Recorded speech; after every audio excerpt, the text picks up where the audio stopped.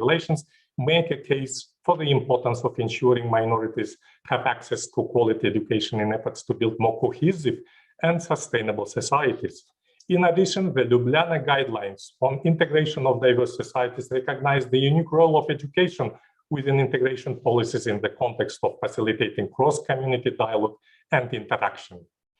Before we move on to our interesting presentations, I would like to take this opportunity to thank the Hungarian delegation to the OSCE for their generous support that has made this conference possible today.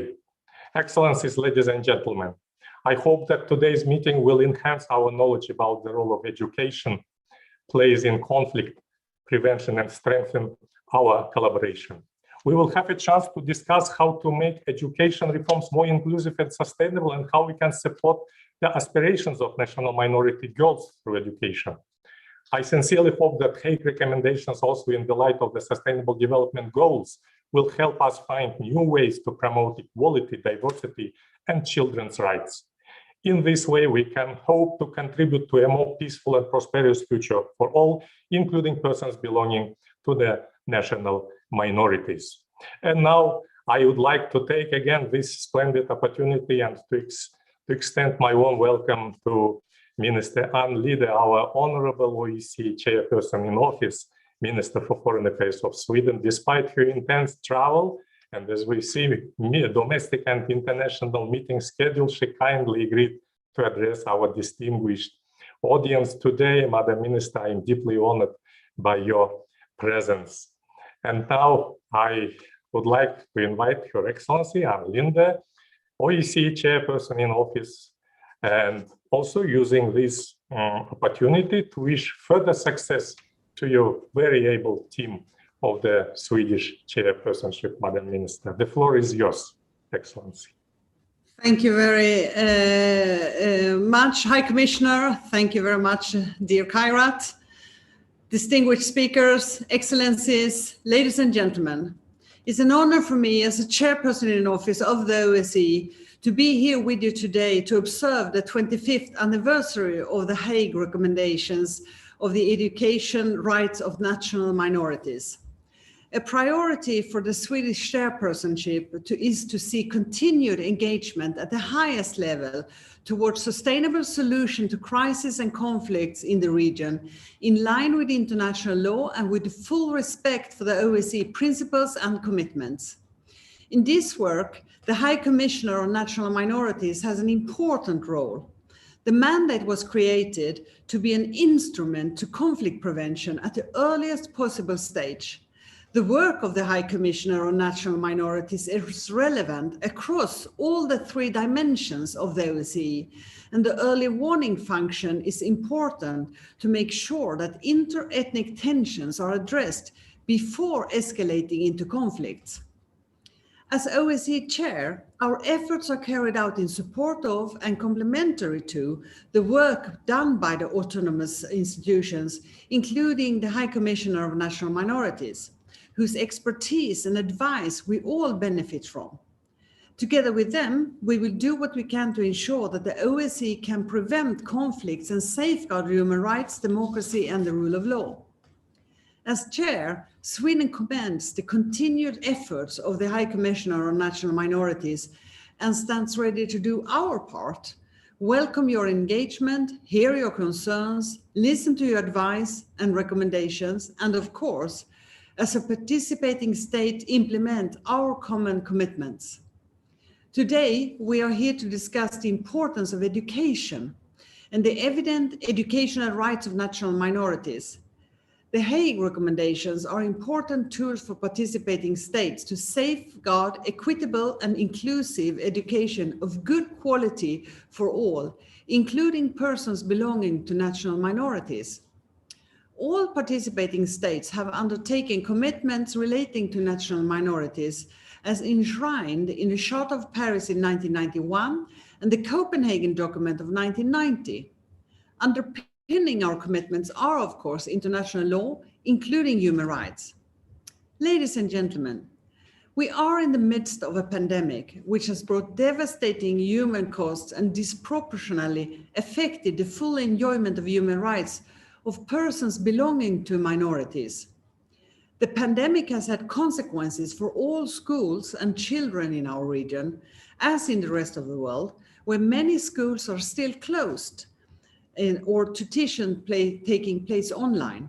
We are painfully aware of the long-term effects of the prolonged school closure for societies and individuals, and we must be sure to take children who have left the classroom to get back to the school.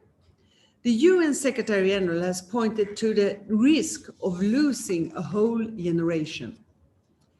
According to the Human Rights Watch newly published report, Years Don't Wait for Them, increased inequalities in children's right to education due to the COVID-19 pandemic, students belonging to marginalized groups, including children who belong to minorities, tend to face a higher barrier for distance learning.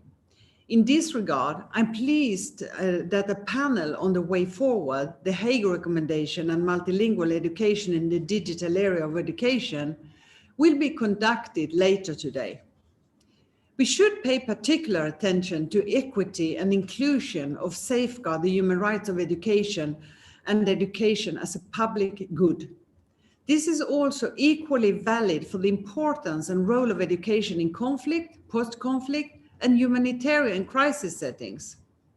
Ladies and gentlemen, let me say a few words about the Swedish policy on education rights for national minorities in relation to the Hague recommendations to weigh in on the discussions here today. However, I want to emphasize that, of course, there is no one set of solutions that fits all, and that the following reflections are in my national capacity. The Hague recommendation states that the state educational authorities should ensure that equal general compulsory curriculum includes the teaching of the histories, cultures, and traditions of their respective national minorities. In Sweden, there are regulations regarding the knowledge and awareness of national minorities and national minority languages in the curriculum of compulsory and upper secondary school. Pupils belonging to national minorities also have a strong right to education in their minority language. Teaching is regulated by the national curriculum, which subjects syllables for teaching in different subjects, also for our national minority languages. Teaching and learning materials, such as textbooks, are not controlled by the central Swedish government. However, it is important to note that there has been a lack of teaching materials in national minority languages and about national minorities in Sweden. In order to revitalize the languages and to create awareness, the Swedish National Agency for Education now provides materials about Sweden's national minorities in various subjects. The government has also appointed an inquiry on strengthening teaching and learning materials. As enshrined in the Hague recommendations, the Swedish authorities has a regular dialogue with representatives from national minorities in Sweden on issues concerning the design, implementation, and evaluation of educational programs and curricula. The National Agency for Education also engaged with teachers and representatives from the national minorities within the systematic and continuous subject monitoring. Ladies and gentlemen, as I started out saying, contributing to conflict resolution in the OSCE region based on our commonly agreed principles and commitments will be at the top of the agenda for the Swedish term as chair.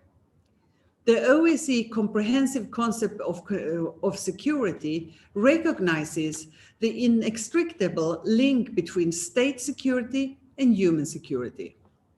Full enjoyment of human rights by all, including national minorities, is a prerequisite for secure and resilient societies.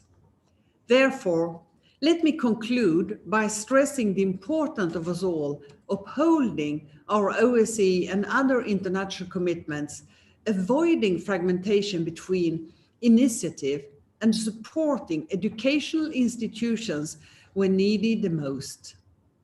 I want to thank the High Commissioner for inviting me to this conference, and I wish you all a fruitful discussion on these relevant and important topics today. Thank you.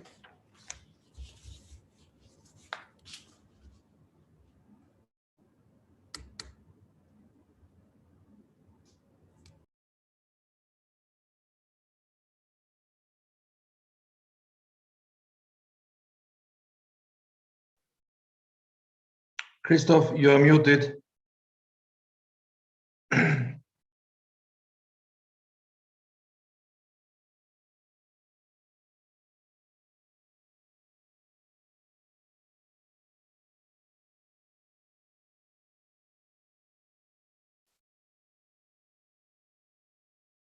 Can you hear me? Apologies for that. I wanted to thank you very much, Madam Minister, for your inspiring words on the importance of issues related to national minorities and for sharing with us the experience of Sweden concerning the position of national minorities in Swedish education policy and educational programs. Thank you very much. It is now my honor to give the floor to Ms. Stefania Giannini, Assistant Director General for Education of UNESCO, for sharing the experiences and perspectives of UNESCO in education in contemporary circumstances. As the top United Nations official in the field of education for over the past 3 years, Ms. Giannini provides strategic vision and leadership in coordinating and monitoring the implementation of the Education 2030 agenda, encompassed in Sustainable Development Goal 4. Previously, Ms. Giannini served as Minister of Education, Universities and Research in Italy and as Rector of the University for Foreigners in Perugia. Dear Madam Assistant Director General, we are very grateful for your participation in our anniversary conference. Please, the floor is yours. Thank you very much, Mr. Chair, and thank you very much to the High Commissioner on National Minorities for inviting me. It's a great honor, a great pleasure for me to be with all of you today for this important event celebrating the 25th anniversary of the Hague recommendations regarding the education rights of national minorities. Well, these recommendations have proved innovative in their approach to translating international standards into precise provisions to guide national educational policies. The Swedish experience that Madam Minister Linda just described is one of the very interesting, inspiring examples we can quote and refer to. The international community has committed to achieving inclusive, equitable, equality education for all by 2030. And all means really all, as our Global Education Monitoring Report on Inclusion in Education is entitled. Education is one of the most sacrosanct institutions for sharing, safeguarding and transmitting the cultures and languages of minorities. It's a tool we have in our hands and we can use effectively in order to really make teaching and learning environments inclusive and open to all children.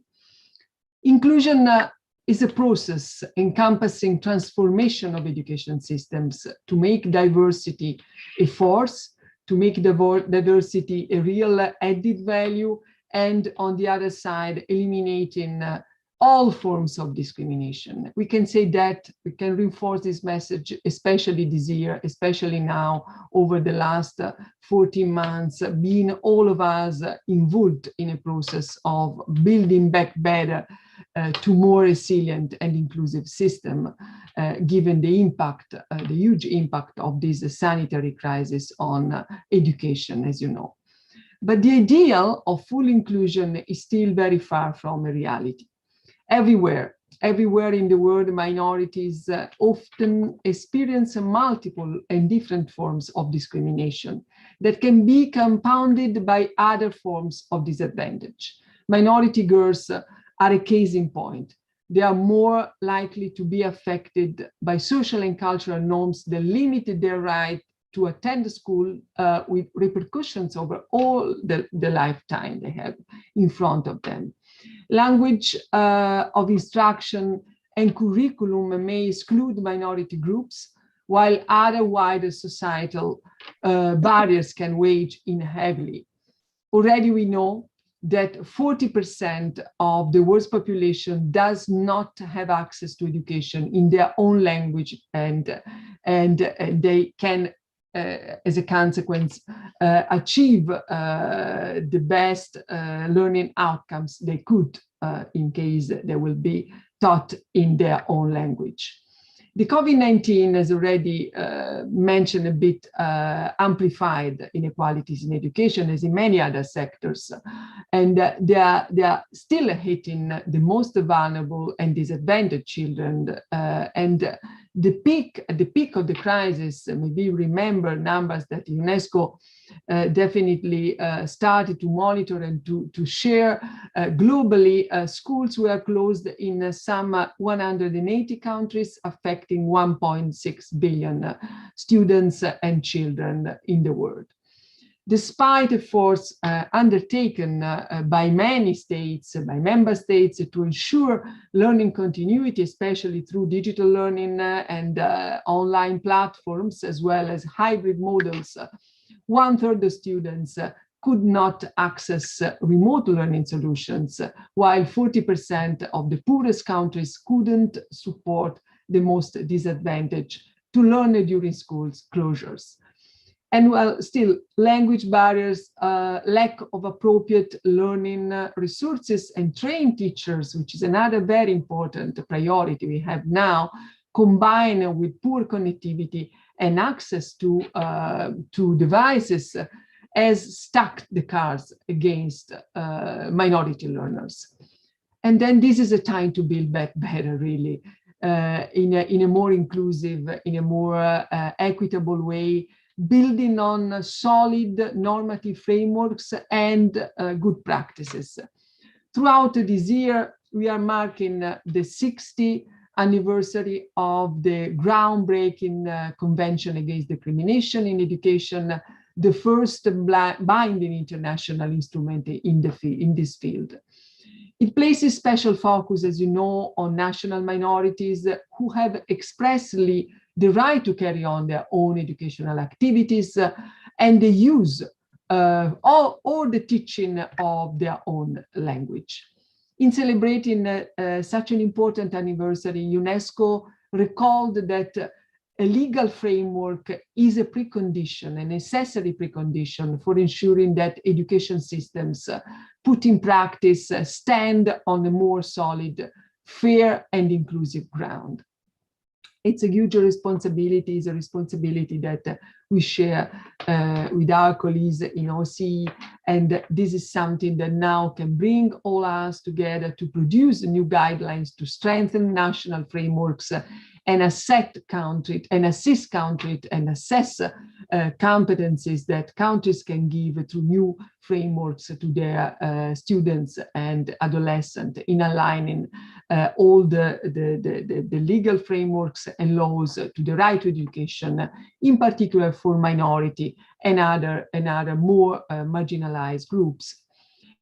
We have a monitoring process in practice at UNESCO. Our monitoring of the convention emphasizes measures taken already to support the education of people belonging to minorities, such as the development of intercultural learning environments, as seen in a number of OSCE member states. And this is already an important achievement. A global report will be published this year on the current consultation with states. We are also finalizing a thematic document on the right to education of minorities to support advocacy, to foster information and promote enforcement of international legal obligations. Well, to summarize, I do believe that language, culture, and education are somehow mutually reinforcing and becoming three pillars of the same action plan. UNESCO has a long tradition, as you know, of promoting multilingualism and mother tongue-based multilingual education, proven to reduce repetition and dropout rates among children from minority languages communities. And this is about improving the language, the learning outcomes, but this is very much about really giving a full-fledged access to the right to education. In the Asia Pacific region, interest in first language, mother tongue based multilingual education has grown dramatically in the past 2 decades and resulted in numerous pilot projects led by UNESCO and partners. And the protection of the right of minorities goes hand in hand with efforts to build intercultural education. And this is promoted in the Hague recommendation and strongly advocated by UNESCO, including through dedicated guidelines. And the right to education is under threat today. We know extreme poverty is slated to increase. Many governments are cutting back their education budgets. Unfortunately, we have very, very worrying numbers on that side. And a sustainable recovery in future will only happen with education, and education being prioritized in terms of budget, of investment, as well as a new transformative dimension that we have to acquire. More than ever, let me say, we need multilateral cooperation and partnerships. There is one important lesson already learned in this process of recovery and the building back better through the COVID-19 response. And this is international solidarity as a tool we have to face this challenge, as well as maybe potential future shocks in the future. I'm confident that this 25th celebration of the Hague recommendations will really serve to advance this common responsibility. And I thank you very much for having us. Well, thank you very much. I hope you can hear me now. Thank you very much for your comments and for highlighting the amplifying nature of COVID, but also the research and data UNESCO has covered, and presenting the issue also in the larger question of education, multilateral cooperation. And I'm sure we will touch on all these issues later in the conference as well. So thank you very much. It is now my honor to give the floor to Professor Fernandez, United Nations Special Rapporteur on Minority Issues. The OSCE High Commissioner has a long-standing cooperation with the UN Special Rapporteur, but also with Professor de Varenne personally, as he himself participated in the drafting of a number of other thematic recommendations of the HCNM, including the Oslo recommendations on the linguistic rights of national minorities in 1998, and the Lund recommendations on the effective participation of national minorities in public life in 1999. In addition to his position as UN Special Rapporteur, Professor de Varenne holds a number of academic positions, including at the University of Pretoria, the National University of Ireland, and as a visiting professor at the Faculty of Law of the University of Hong Kong. Dear Professor de Varenne, we are very grateful for your participation today. Please, the floor is yours. Merci, Christophe, Excellencies, distinguished speakers, Mesdames et Messieurs, bonjour. It's an honor to address this event marking the 25th anniversary of the Hague recommendations regarding the education rights of national minorities. To the OSCE High Commissioner Abdurrahmanov and his dedicated team at the OSCE, many thanks for the pleasure and the privilege of addressing this distinguished conference. Mesdames et Messieurs, we're marking today more than just the silver anniversary of one of the sets of recommendations that were prepared in 1996. It's no coincidence that the Hague recommendations were chosen as the very first set of recommendations. Two reasons at the time led to starting with the education rights of minorities. First, because at the time in the 1970s, education rights for minorities was one of the areas of tensions around which grievances of national minorities seemed to be coalescing that could escalate into potentially violent conflicts, as many of you may remember at the time, mainly in Eastern Europe and Central Asia. And therefore, involving the role of the OSCE High Commissioner as an instrument of conflict prevention at the earliest possible stage, which obviously undermined the promise of peace and prosperity as envisaged in the Charter of Pavie. The second reason, as noted by the High Commissioner himself, when he stated that minority education, and in particular minority language education, is a high priority since it's clear that education is an extremely important element for the preservation and the deepening of the identity of persons belonging to a national minority. In fact, it's so important that we also drafted a second set of recommendations specifically on linguistic rights with the Oslo recommendations. And it's perhaps forgotten today that in the 1990s, with the political changes in new states or former states reasserting their independence, how volatile some parts of Europe appeared over the fears and demands of minorities and their cries for justice and readjustments within societies seemed. Lest we forget the grievances, demonstrations, and campaigns of national minorities over education in the Albanian language, for example, in what is today Northern Macedonia and Kosovo, to name but two examples that actually eventually also raise conflicts. Mesdames et messieurs, please allow me to emphasize three reasons why 25 years later, the Hague recommendations are still as central today to conflict situations as they were then. First, because education is still and will always be an extremely important element for the preservation and the deepening of the identity of persons belonging to a minority. It's not about creating linguistic ghettos if minority children are taught in their own language, since research, including from UNESCO that has been referred to earlier, demonstrates that children learn other languages better and more successfully when they are taught first in their own language.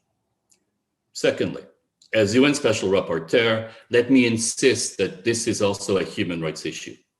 It's a fundamental violation of international human rights law not to provide education through the medium of the language of children and their parents when it's feasible and reasonable, and particularly when it has already been established, that it's already been in place. It's a violation of the prohibition of the right to equality without discrimination on the ground of language, and possibly of the right of education itself, as demonstrated in an outline in a guideline document published by my mandate in 2017 on language rights, and for which my mandate is also going to be publishing later this year in much more detail setting out of the practical implementation of the rights of minorities, the human rights of minorities in education. And thirdly, the denial of the education rights of national minorities, particularly in their languages, is still very much a cause of tensions and even conflicts around the world today. And this, by the way, is not only a peculiar European concern, and it is absolutely not merely a concern of the past. On the contrary, let me give two very brief examples at the global level. In recent years, tensions over the apparent refusal to ensure the use of English as medium of instruction in tertiary education in the language of the Anglophone minority in Cameroon was one of the main grievances, which led to demonstrations, then repression, and finally violence and a separatist conflict in this West African country, which in the space of only the last 4 years has led to between 5,000 and 10,000 people being killed. In southern Thailand, the long-standing refusal to use the language of the Malay-speaking minority in public education, and the Malays are a minority of millions in that country, has meant that separatist rebels have targeted, attacked, and murdered public school teachers, and they've been burning down public schools.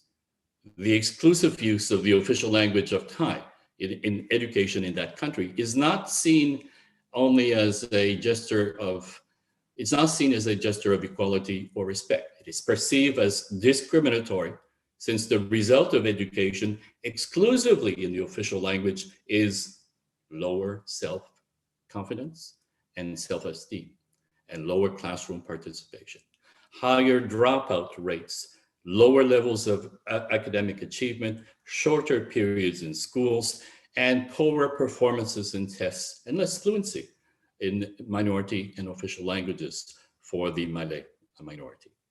In the last 20 years, we have seen horrors committed in southern Thailand. Dozens of schools have been burned down or bombed, more than 200 teachers killed, teachers teaching children.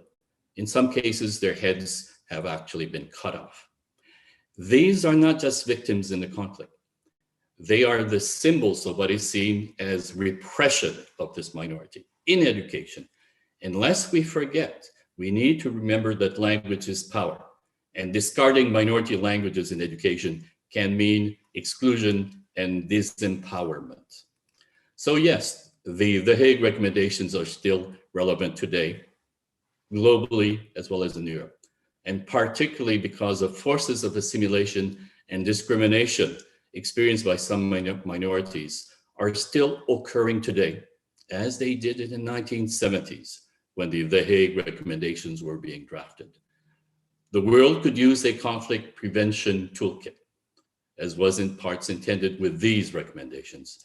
And I'd like to express to the High Commissioner my hope that my mandate with the United Nations will also be able to draft by the end of next year a conflict prevention document along the lines similar to those contained in these recommendations of your mandate, also perhaps in collaboration with you.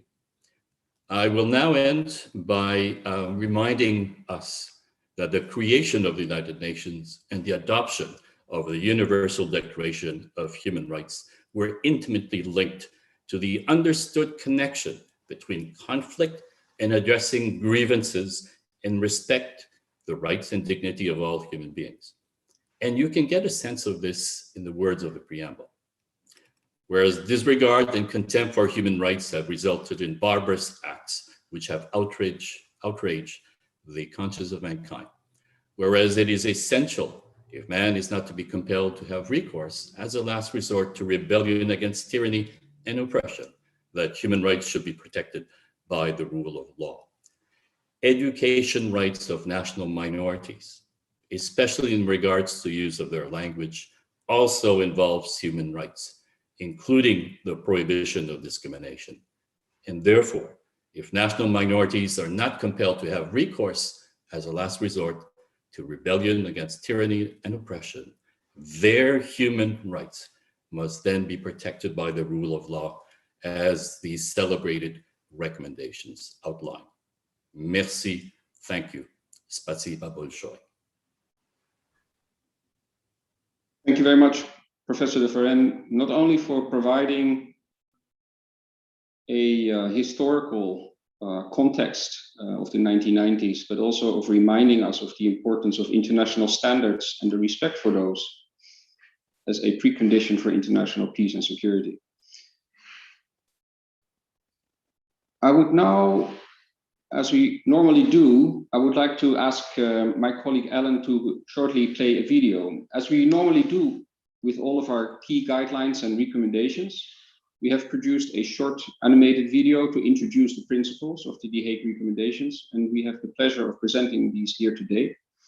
Please note that the audio will be in English and Russian subtitles are embedded in the video. I thank you for your attention and I thank you for watching. Ellen, please go ahead. The Hague recommendations, and we have the pleasure of presenting these here today. Inclusive education results in cohesive societies. Schools help children learn to socialize and develop a civic identity. Early recognition of diverse or multiple identities can inspire mutual respect. Mutual recognition is how we can avoid tensions in our diverse societies, which can lead to instability and conflict. In the Hague Recommendations on the Educational Rights of National Minorities, the OSCE High Commissioner on National Minorities offers practical advice on how these principles can be put into action. A successful education system balances the interests of majorities and minorities.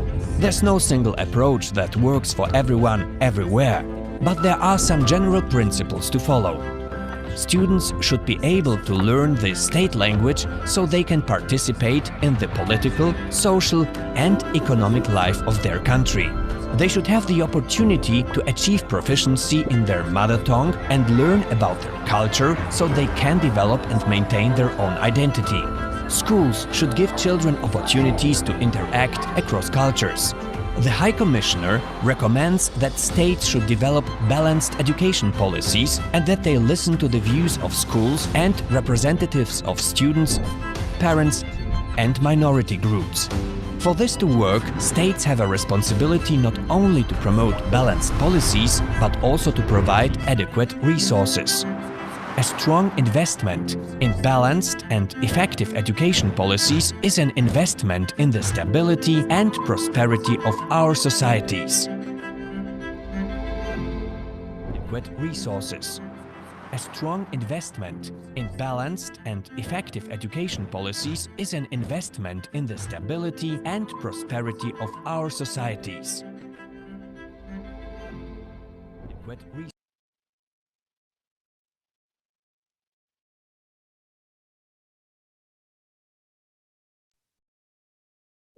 Thank you very much, dear colleagues. Little technical glitch, apologies for that. It's our first online anniversary, hopefully our last online anniversary. We hope to see you in person, of course. But many thanks for the colleagues who prepared the video. And it is now my really great honor to welcome our keynote speaker, former President of Finland, Tarja Halonen, to provide the keynote address of the conference. President Halonen served 2 terms as President of Finland from 2000 to 2012. Prior to that, she held the office of Minister of Social Affairs and Health, Minister of Justice, and Minister for Foreign Affairs.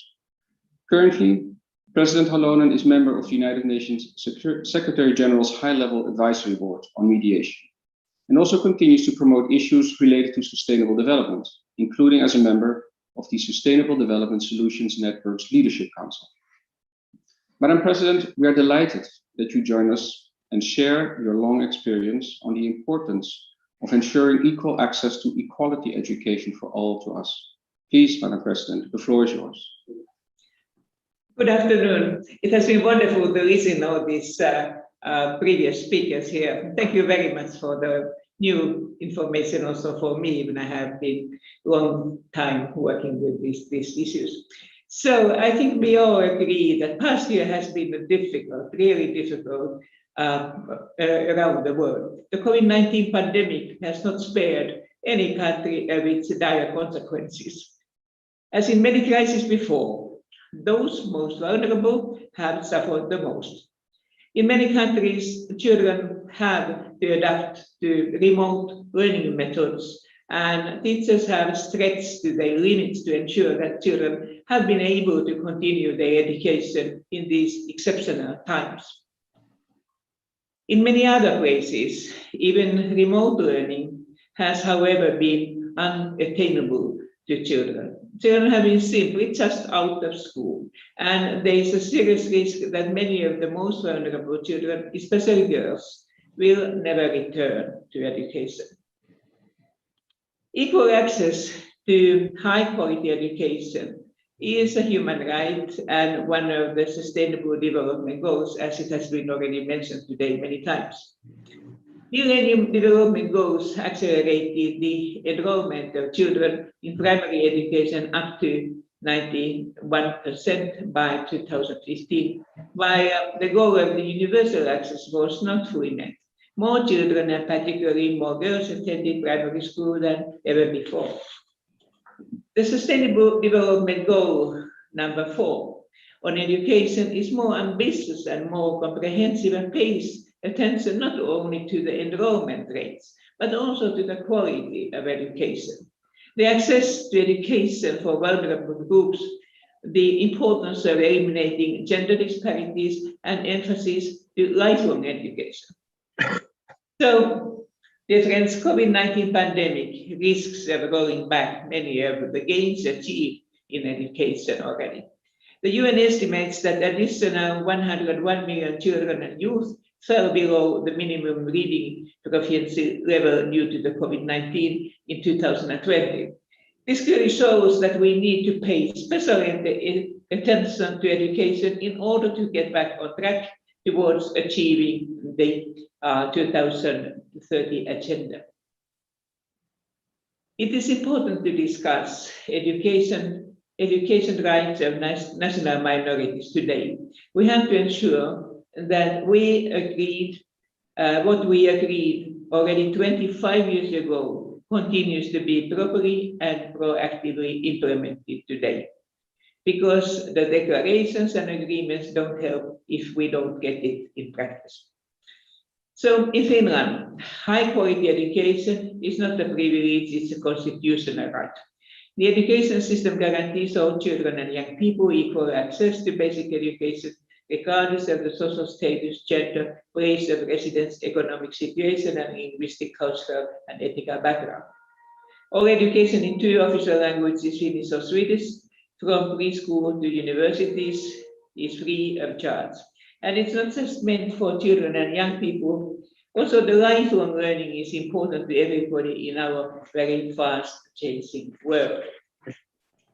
So, Constitution guarantees the start as an indigenous people, as well as the Roma and other groups, the right to maintain and develop their own language and culture in Finland. Also, the rights of users of sign language are guaranteed under the Constitution.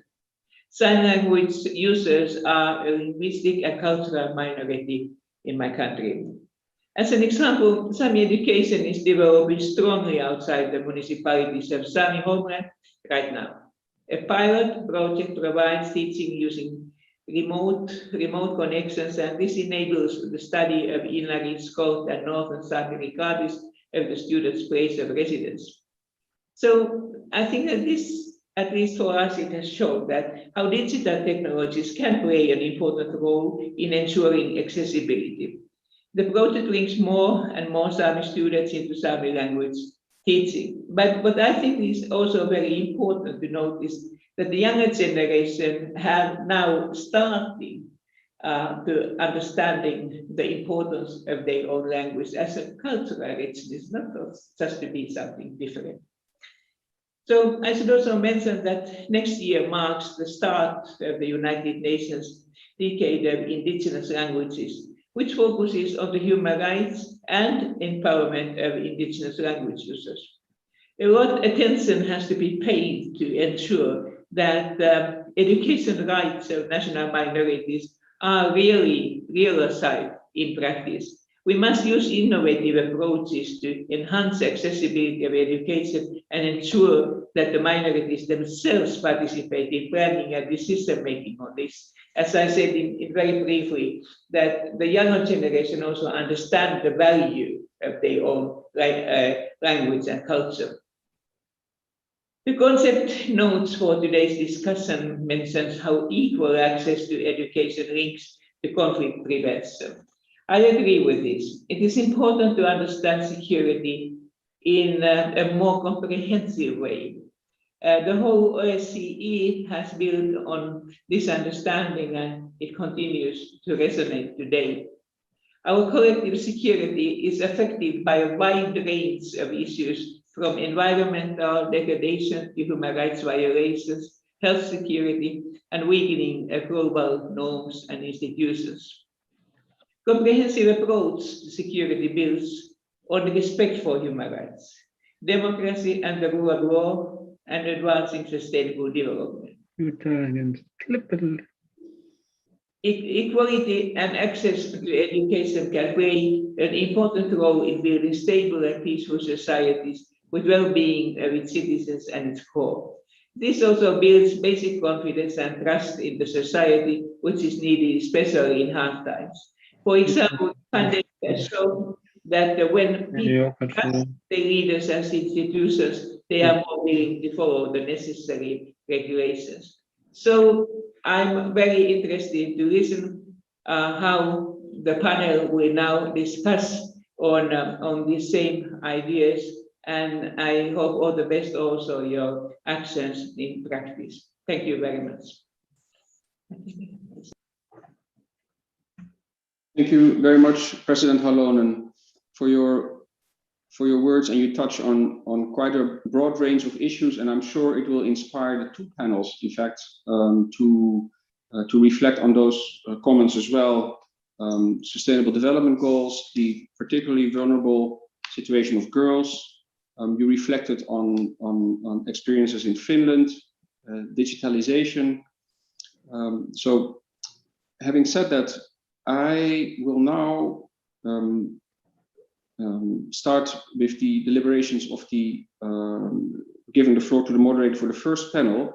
But before I do that, I would like to kindly ask those who are not speakers or presenters to kindly disable their audio and also video, because we do have a little bit of internet connections problems.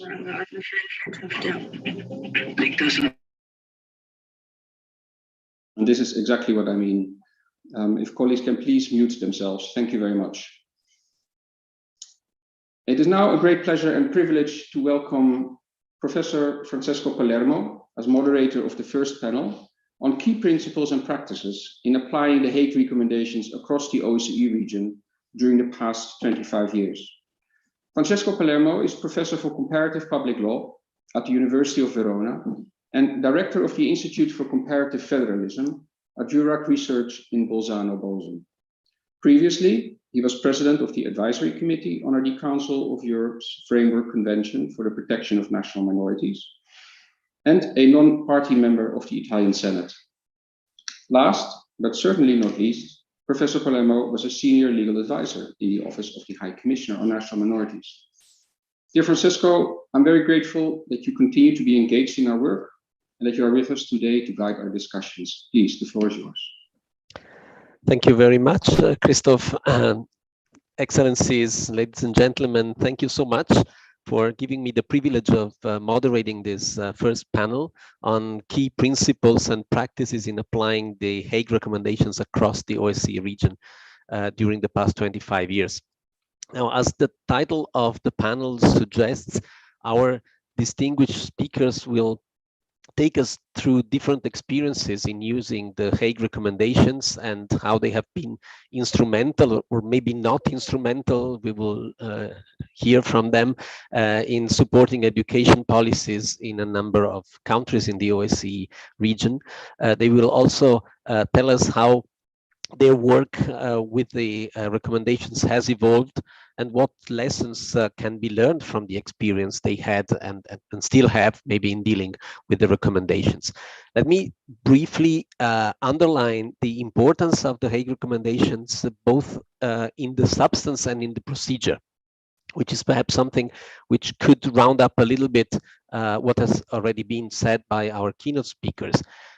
Procedurally, the Hague recommendations are particularly important because they have been the first set of recommendations, and they have inaugurated a practice that in the following years has proven to be of extraordinary importance.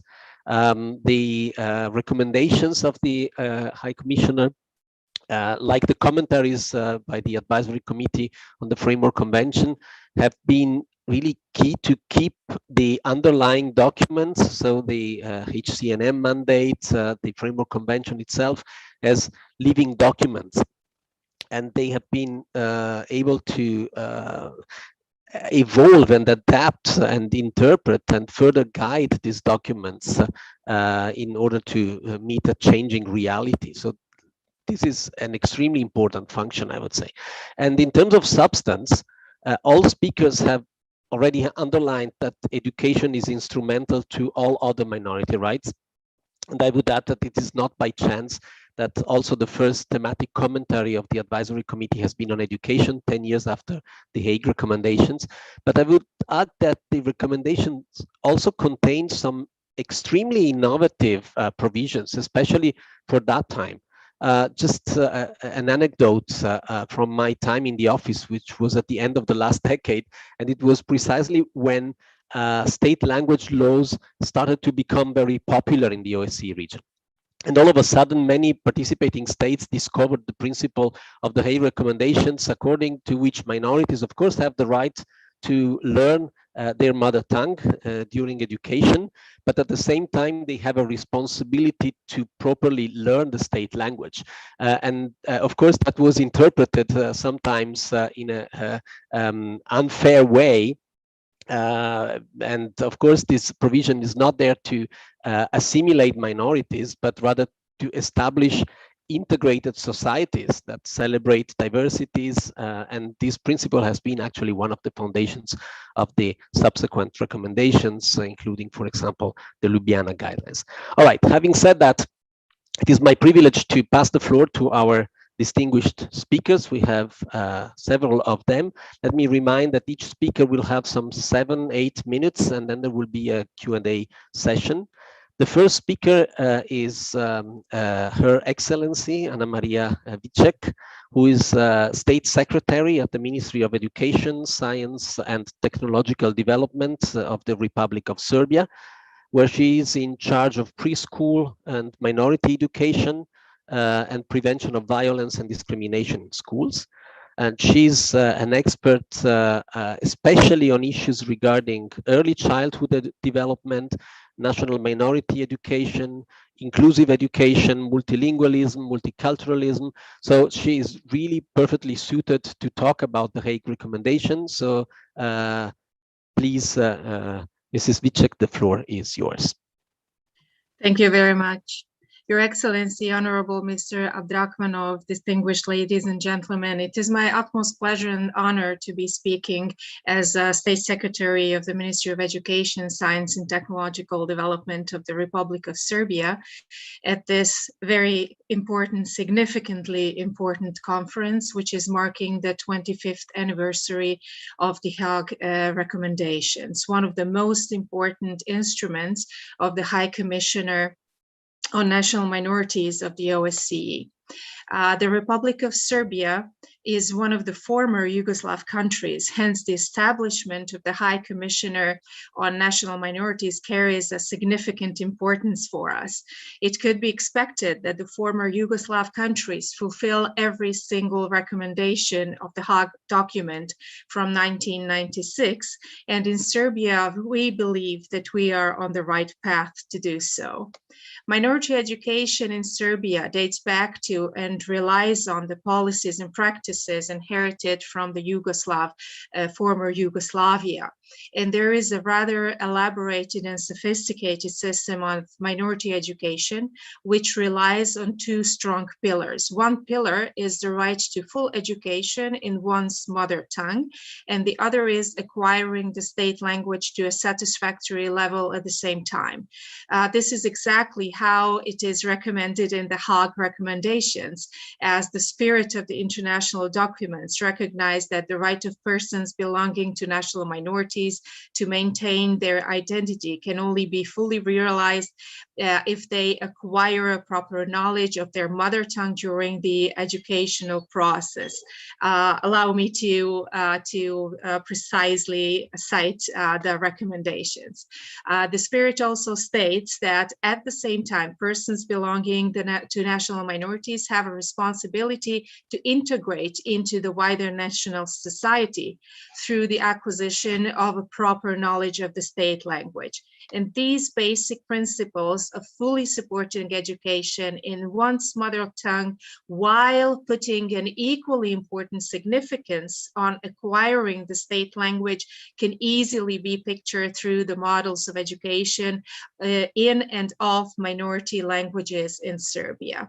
The Constitution of Serbia and all the laws within the education sector determining education on different levels, starting from preschool to primary school, secondary and higher level education as well, they all are stating the same, that they can be educated in the languages of national minorities or bilingually. Even though all national minorities have the same rights, and the same opportunities in education. In practice, minority education is realized somewhat differently depending on the number of the members of certain national minorities and also on other specificities of the national minority. There are three models of education in and of minority languages in Serbia. One of them is full education in a minority languages, which is provided in 8 languages: Albanian, Bosnian, Bulgarian, Croatian, Hungarian, Romanian, Ruthenian, and Slovak. And these 8 national minorities have the possibility to have all classes according to the exact same curricula as the Serbian language instruction, just in minority languages. The second model is the model where education is provided in Serbian with the option of the subject mother tongue with the elements of national culture. However, this model does not provide significant acquisition of the minority language. Hence, it is not preferred by many national minorities. The Bulgarian national minority is the one that is opting for this model of language instruction, and the laws and all the policies provide this possibility as well. The third model is bilingual education, and when it comes to bilingual education, there is still some way to go when we consider this model. Now, the main challenge and the task the ministry is facing now is how to find ways of developing intercultural and democratic citizenship competences in students. And the ongoing curricular reforms have given us some space to do that through the introduction of cross-curricular competences. Please allow me to mention some very important projects the ministry is engaged in. One of them is strengthening the protection of national minorities, which we do with the support of the European Union and the Council of Europe within the horizontal facility for the Western Balkans and Turkey. And with this, within this project, we have done the analysis and the recommendations on the education in minority languages, and also within the strengthening the protection of national minorities in Serbia, we have done an analysis of the Serbian curricula to see how national minorities are pictured in the Serbian curricula. According to this, it was very interesting to see that most often when minorities are mentioned in the Serbian curricula, they are mentioned in a folkloristic context. So according to the recommendations, now we had the curricular reforms implemented also in the curricula and into the textbooks, some reform knowledge of this. When it comes to minority education, we admit that the first years of education are of pivotal importance in a child's development.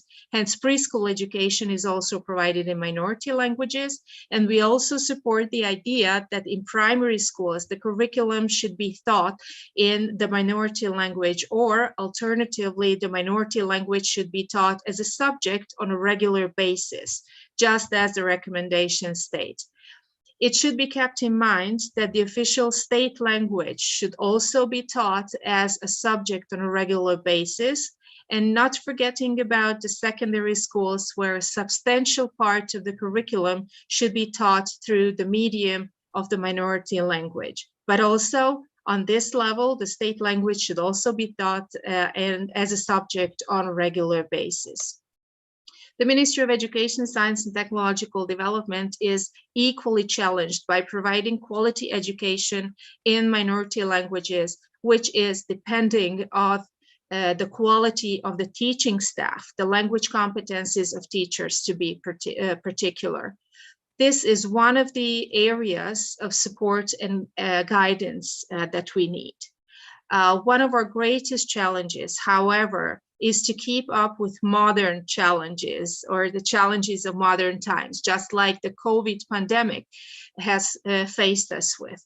In Serbia, besides providing online classes in Serbian, we have also provided online classes in all 8 minority languages.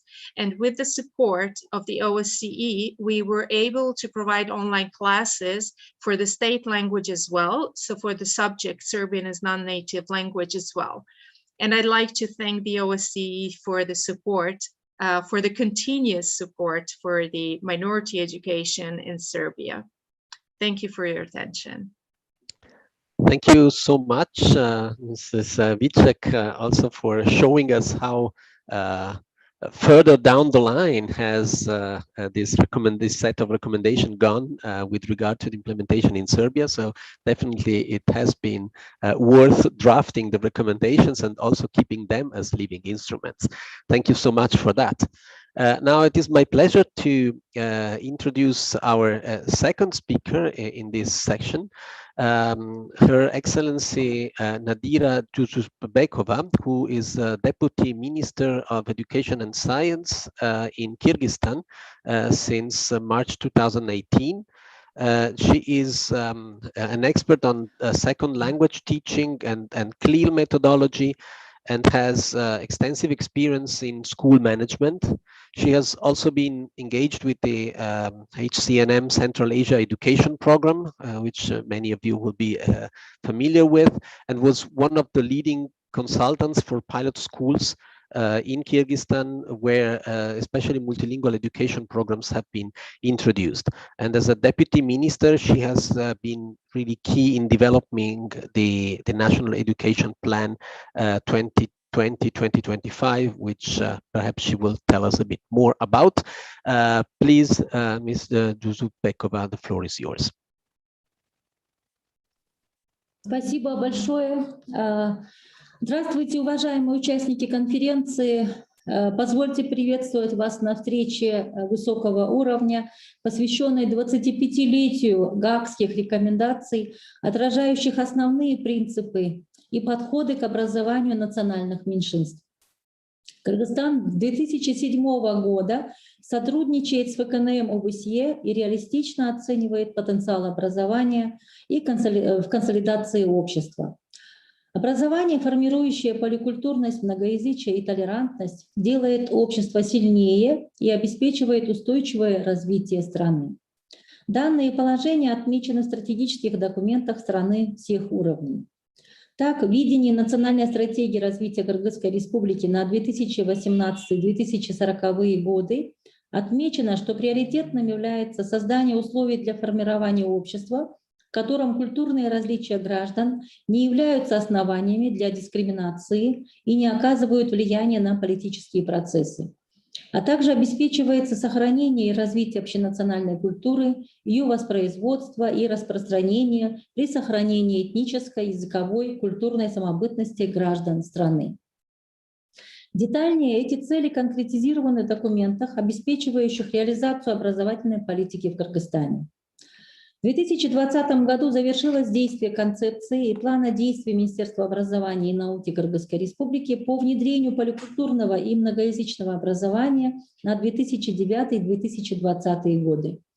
Это основные рабочие документы, в рамках которых реализована система мер по апробации и внедрению многоязычного образования. По поддержке национальных меньшинств создана институциональная поддержка на уровне министерства и его подразделений, обеспечивающая устойчивое организационное и методическое содействие на всех уровнях системы образования. Наличие данных документов также позволило нам привлечь и координировать поддержку донорских организаций и организаций развития. Мы искренне благодарны ВКНМ ОБСЕ, Детскому фонду ООН в Кыргызстане, фонду Сорос Кыргызстана и Европейскому Союзу за то, что они разделяют с нами понимание важности многоязычного и поликультурного образования в развитии качественной, равноправной и инклюзивной системы образования в Кыргызстане. В настоящее время мы обновили концептуальные положения и завершили разработку секторальной программы на 2021-2040 годы. С учетом языковой специфики страны, задач по интеграции общества и международных рекомендаций выработаны основные принципы реализации многоязычного образования в Кыргызской Республике. В основу реализации многоязычного образования в Кыргызской республике заложена обогащающая, дополняющая модель, что позволяет развивать языковые компетенции не только в целевом языках, государственном или официальном, иностранном, но и учитывать потребность во владении родным языком. Как правило, программы, построенные на обогащающей основе, реализуются в форме частичного или двустороннего погружения. Программы многоязычного образования предназначены как для школ с обучением на языках меньшинств, так и для школ, где обучение реализуется на государственном или официальном языках. Такой подход учитывает потребности разных языковых групп в доступе к государственному, международному и родному языкам и способствует положительному восприятию программ многоязычного образования в стране. Принцип социальной инклюзии используется не только к одной из языковых групп и способствует формированию многоязычия, независимо от этнической или языковой принадлежности. Программы многоязычного образования не являются обязательными для всех школ страны, и переход к многоязычному образованию реализуется на добровольной основе. По мере демонстрации позитивных достижений в многоязычных школах и подготовки педагогов на системной основе, в педагогических вузах, курсах переподготовки и повышения квалификации число заинтересованных родителей и педагогов будет увеличиваться. При формировании программ многоязычного образования учитываются потребности учащихся, родителей, сообщества в языковом репертуаре и цели владения языками, а также потенциал педагогического коллектива. Второе условие является ограничением на этапе, пока не обеспечены изменения в системе подготовки и повышения квалификации педагогов. Системная деятельность на всех уровнях образования на основе вышеперечисленных принципов позволила нам достичь следующих результатов.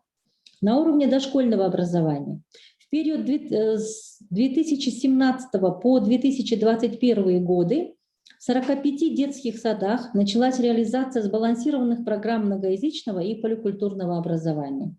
15 из них расположены в местах компактного проживания национальных меньшинств – узбеки, таджики.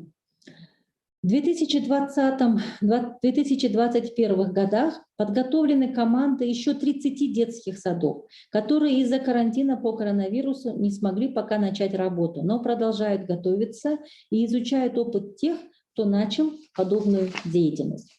На уровне школы. В 80 школах во всех регионах страны реализуются многоязычные программы, соответствующие языковой ситуации и запросам родителей. Среди них 26 школ, в которых обучение ведется на языках меньшинств, на узбекском и таджикском.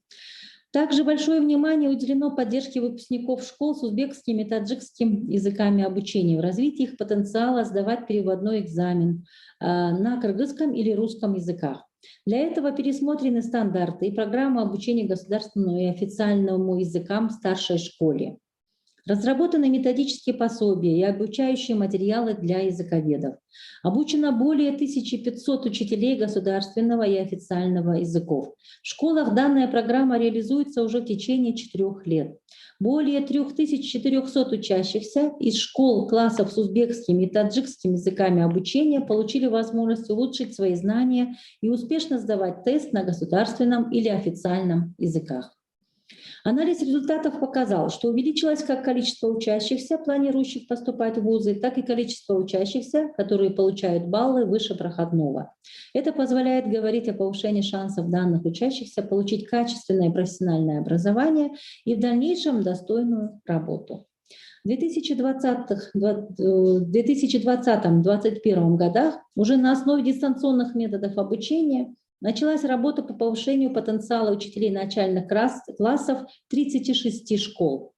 В местах компактного проживания представителей узбекской и таджикской этнических групп. Повышение квалификации организовано по вопросам развития навыков чтения и понимания при обучении на родном и втором языках. В условиях чрезвычайной ситуации, связанной с распространением COVID-19, мы продолжали работу по реализации многоязычных принципов и подходов в дистантном режиме. Была организована разработка, трансляция и открыт постоянный доступ к телеурокам и электронным ресурсам на государственном и официальном языках. На общереспубликанских каналах уроки транслировались на кыргызском и русском языках, на областных телевизионных каналах уроки транслировались на 3 языках – кыргызском, русском, узбекском. Ряд уроков был переведен на таджикский язык. Активно работает сайт, который предоставляет доступ к школьным учебникам на всех 4 языках обучения. Разработанные материалы мы будем использовать и далее, как в школах, так и в системе повышения квалификации. Также следует отметить, что с 2016 года все вновь издаваемые учебники выпускаются на 4 языках, которые действуют в системе образования страны: кыргызский, русский, узбекский, таджикский. Ну, я здесь хотела бы еще отметить о нашем новом достижении, что у нас разработано новое положение об экспертизе и издании учебно-методических комплексов. И совершенно официально есть 4-й вид экспертизы. Это экспертиза учебно-методических комплексов. Экспертиза это называется антидискриминационная и гендерная экспертиза. Это тоже мы считаем нашим таким серьезным достижением. Работа в системе повышения квалификации организована на базе Центра инновационных технологий повышения квалификации педагогов языка Республиканского института повышения квалификации. Они разработали 18 программ для детских образовательных организаций, школ, вузов. Ведется масштабная работа с преподавателями государственного и официального языков, командами детских садов, школ и вузов. Министерство привлекло ресурсы Европейского Союза, которые через консолидированный бюджет направляются для работы с повышением квалификации педагогов. Центр активно сотрудничает в регионах с обученными экспертами и центрами повышения квалификации пилотных вузов. Для обеспечения качественной реализации программ многоязычного и поликультурного обучения разработан ряд методических и обучающих материалов для поддержки учащихся и педагогов, которые реализуют многоязычные программы. Разработанные материалы переводятся на государственный язык и по возможности на языки меньшинств. Только в текущем году при поддержке Центральноазиатской программы ВКНМ подготовлены такие пособия, как «Хрестоматия по многоязычному и поликультурному образованию», пособие для дошкольных организаций, переведена и опубликована книга Колина Бейкера «Основы билингвизма и билингвального образования». Критически важным для успешной и устойчивой реализации инклюзивных многоязычных программ в стране является подготовка педагогов, которые обучены соответствующей методике и владеют как родным, так и целевыми языками на уровне не ниже C1. Мы в течение 5 лет работаем с 5 пилотными вузами, подготовили преподавателей, начали работу в пилотных группах студентов. К сожалению, последние 2 года работа была затруднена из-за сложности формата дистанционного обучения. Но уже летом мы начнем новый этап работы и надеемся получить нужные результаты.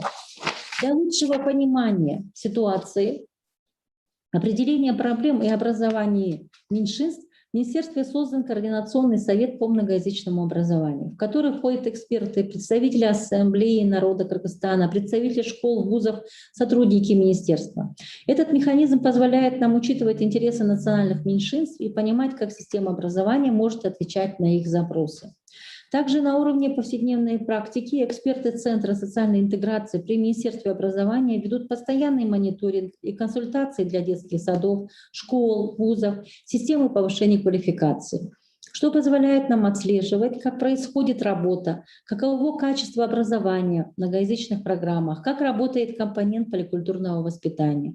Также для нас важно понимать, как вся наша работа влияет на возможность для учащихся из различных этнических групп получать качественное образование, иметь равный доступ к профессиональному обучению, достойной работе в дальнейшем.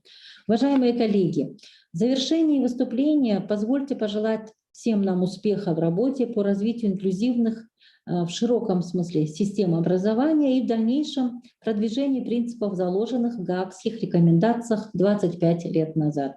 Позвольте поблагодарить Верховного комиссара ОБСЕ, его превосходительство Кайрата Абдрахманова и всех работников Офиса Верховного комиссара за возможность обменяться мнениями, оценить имеющиеся достижения и проблемы. Я убеждена, что эта встреча придаст новый импульс нашей работе. Благодарю за внимание. Thank you very much, Mrs. Jusupekova, also for this overview of the several activities that are going on in Kyrgyzstan regarding minority education, and especially countries with a linguistic landscape like Kyrgyzstan needs long-term planning in terms of education and language. And it is very encouraging actually to see that this is happening. As we are a little bit behind schedule, let me pass the floor without further ado to the next speaker, who is Liliana Nicolaescu-Onofrei, and she's an education expert from Moldova, who had several political responsibilities. As, she has been a member of parliament, deputy minister, and then minister of education, culture and research in Moldova. And among other things, she has been advisor to the president of the republic in the area of education and research, and has been also the executive director of Pro Didactica, which is a well-known Moldovan NGO specialized in teacher training, education, management, etc., which has a long history of cooperation with the HCNM. So, Excellency, the floor is yours. Good afternoon. Your Excellencies, distinguished participants, I am very honored to be part in today's event. And symbolically, I have the chance to attend the conference on exactly the same day when our president, Her Excellency Maia Sandu, had the first high-level official meeting with His Excellency High Commissioner Abdrahmanov, just today in the morning. Let me start from underlining a feeling that I have and an understanding after listening to my predecessor speakers.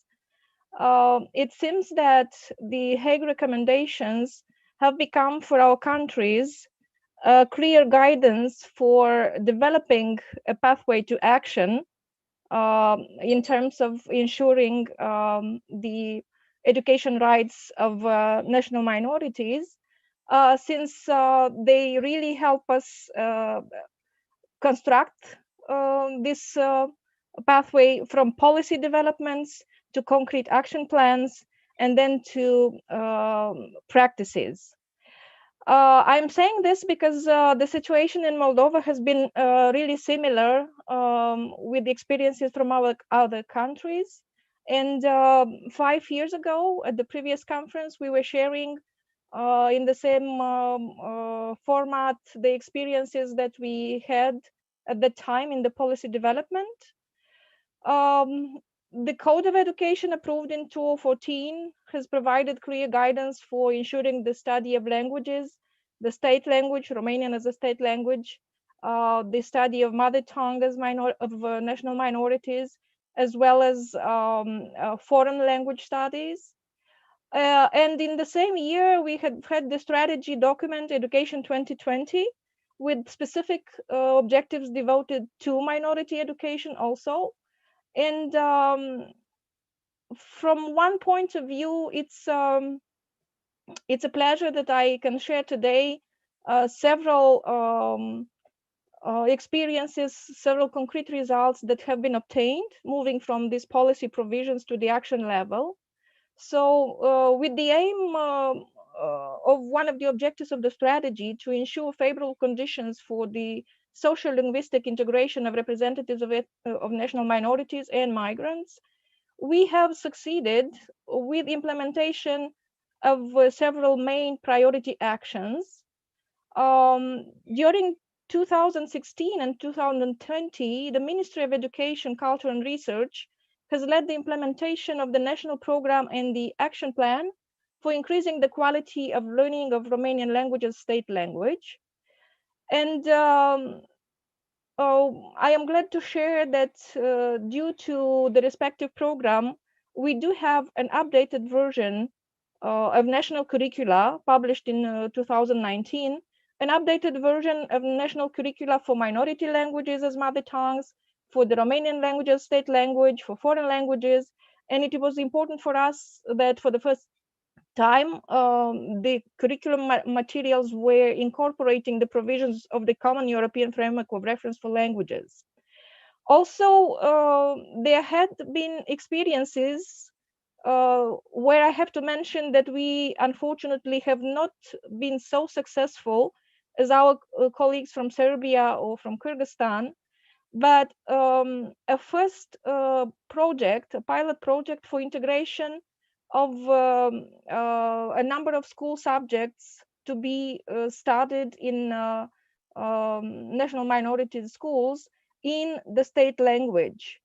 And the experience here has been different because it was not only, as the recommendations provide, to have practical or non-theoretical subjects to be taught through the medium of the state language, but mostly the schools that were involved, they tried to construct the program depending on what the situation was, and availability of teachers that can provide the lessons in the respective language. So we still in this area have a lot to learn from the advanced experiences of our colleagues in the region and internationally. One thing that I would like to underline, and not only because I am myself coming from the NGO sector, and before coming to the public sector, I was involved in a lot of projects developed by the NGO sector. I would like to say that during this last years, a better cooperation has been developed from the side of authorities with the NGO sector.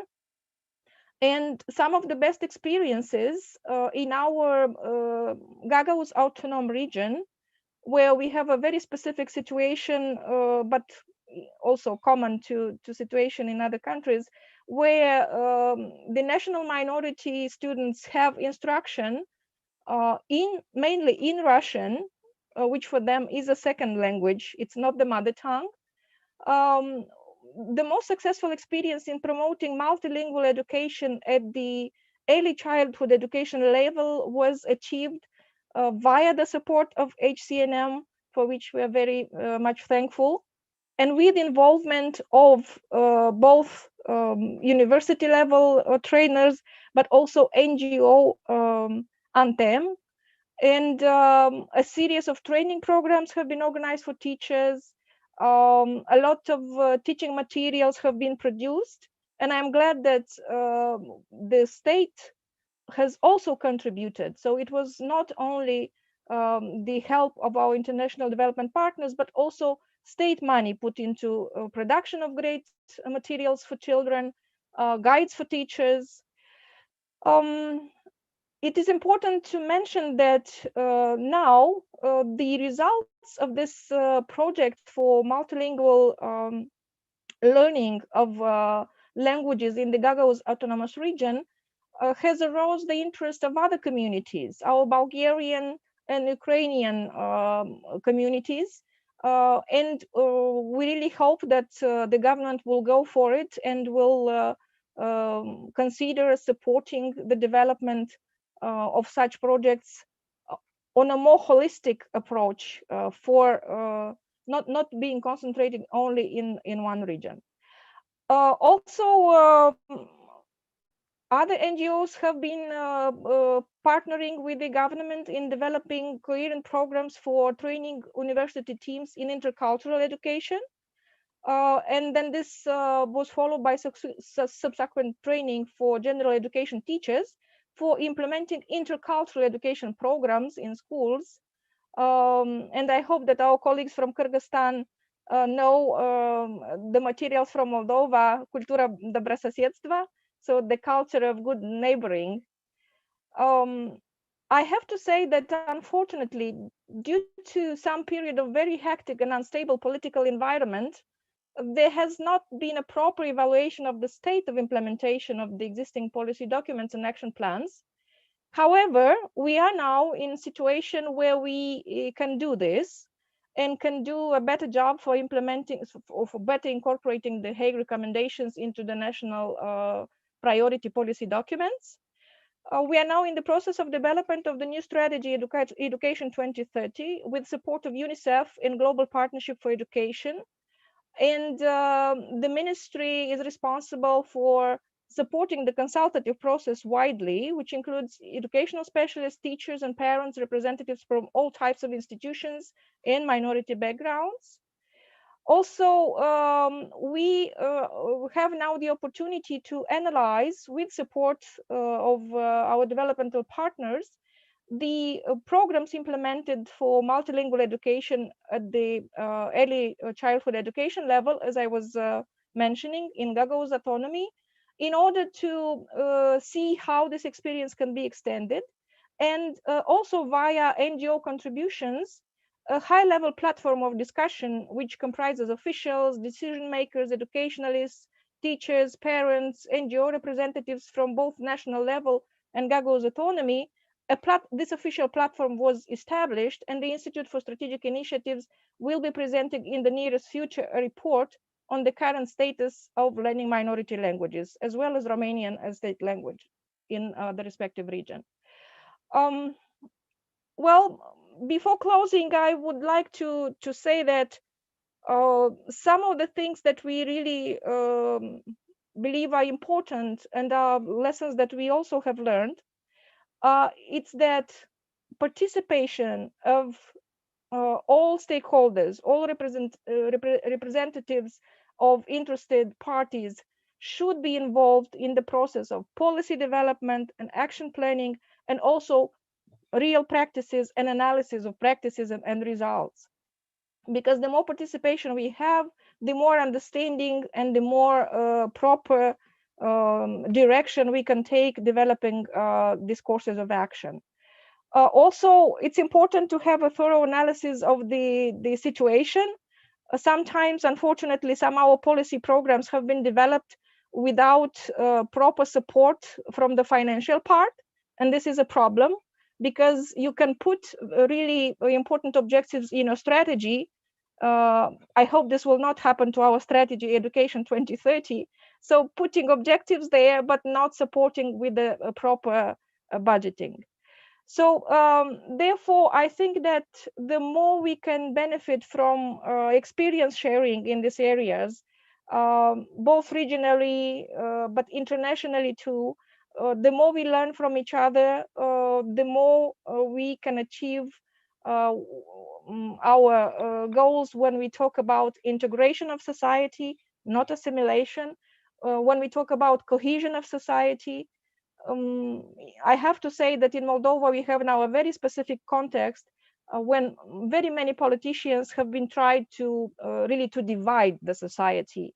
But fortunately, we do have a presidential office which is very, very determined and has strong will to take all the necessary actions for increasing cohesion, inclusiveness, and participation in our society.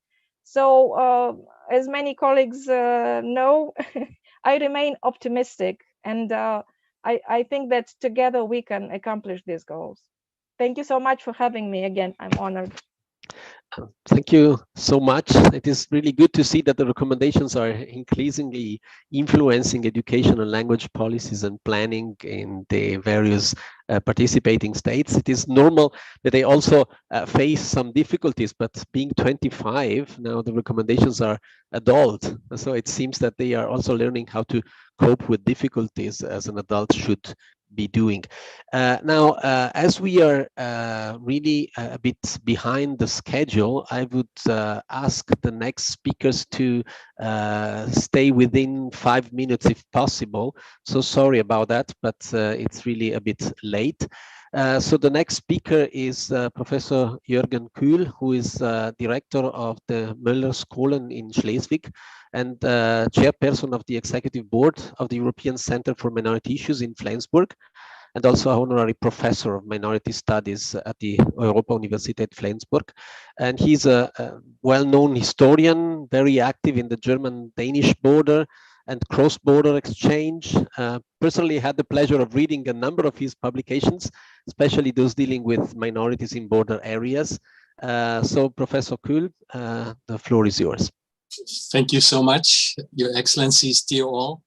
Thank you for the invitation to participate in today's event. In my initial presentation, I'll focus on the experiences from facilitating and implementing education rights to free national minorities in the Danish-German border region. The present-day Danish-German border was created 101 years ago based on the outcome of 2 plebiscites held according to the Versailles Peace Treaty. North Schleswig voted with 75% for rejoining Denmark, whereas the central part of Schleswig voted with 80% for remaining within Germany. The border created a German minority in Denmark, and left a diminished Danish minority in Germany. This symmetrical constellation became the point of departure for an interdependent system of unilateral reciprocity.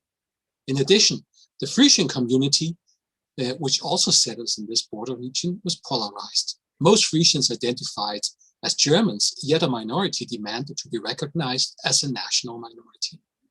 These Frisians have since 1920 closely cooperated with the Danish minority.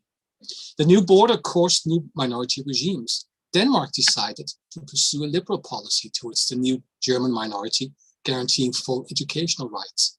The new German state allowed schooling in Danish.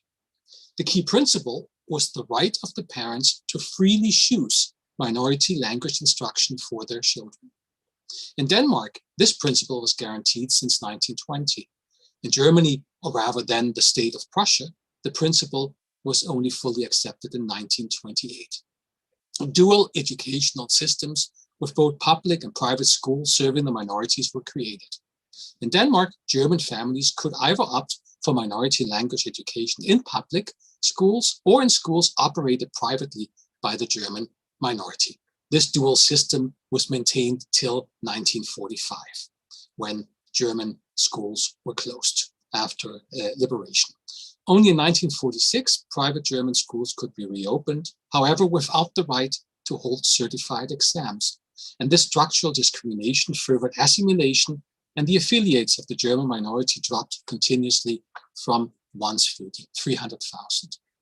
In Germany, a public school for the Danish minority was established in 1920. And in addition, the Danish community established a separate private school association with own schools. Following Germany's defeat in 1945, the Danish minority, then numbering some 5,000 to 6,000 people, grew 20-fold. The number of pupils grew even 35-fold, from 400 in Danish schools in 1945 to 14,000 in 1948.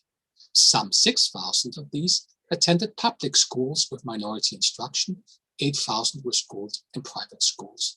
In 1949, Schleswig-Holstein closed down the public minority schools, and ever since, minority education has only been taking place within the frameworks of the Danish minority's own school association with full functional autonomy. However, like the German minority schools in Denmark, the Danish schools initially did not offer certified exams. Only with the bilaterally negotiated Bonn-Copenhagen declarations of March 1955, both minorities gained examination rights and full educational rights under supervision of the Ministry of Education. The status of the Danish minority education system is also guaranteed by the state constitution of Schleswig-Holstein as well.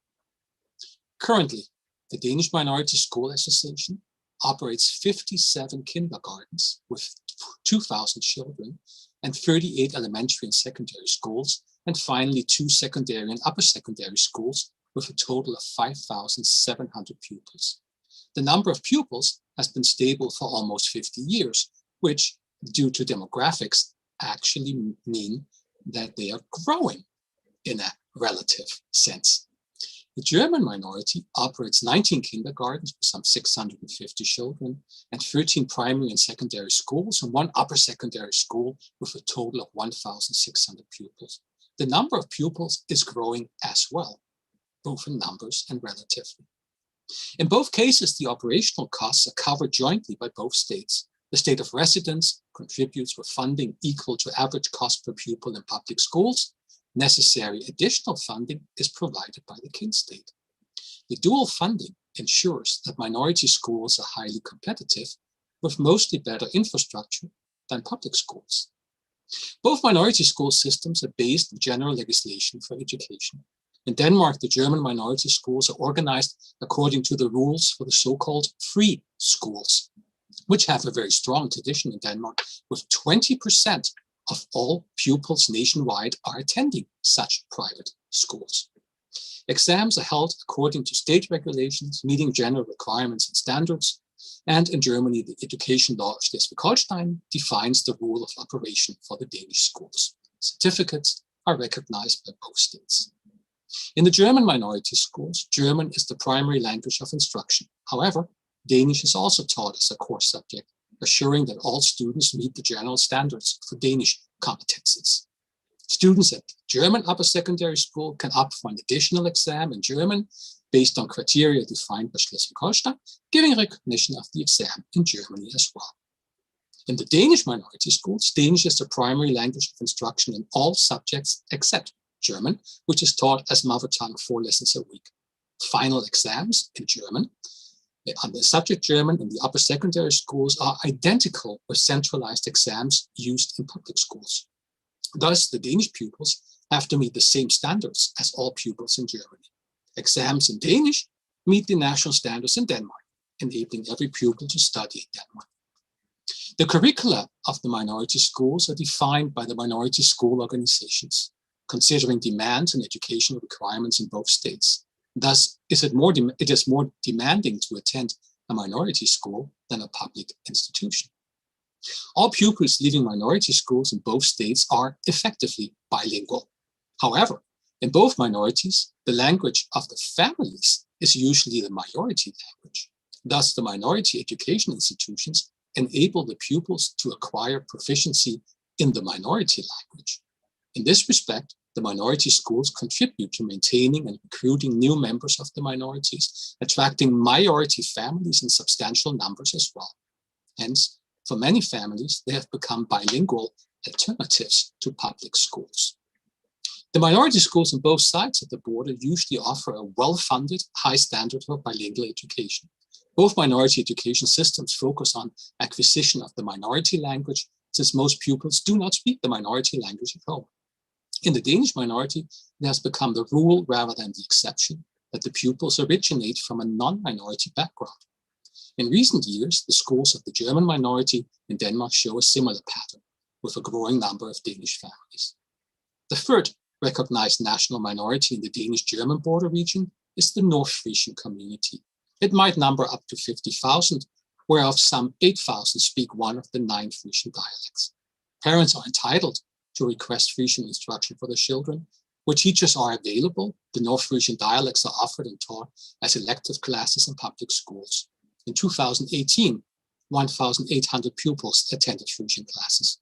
The Frisians have no private school system. However, within the Danish minority school system, Frisian is taught as well in Danish schools in North Frisia.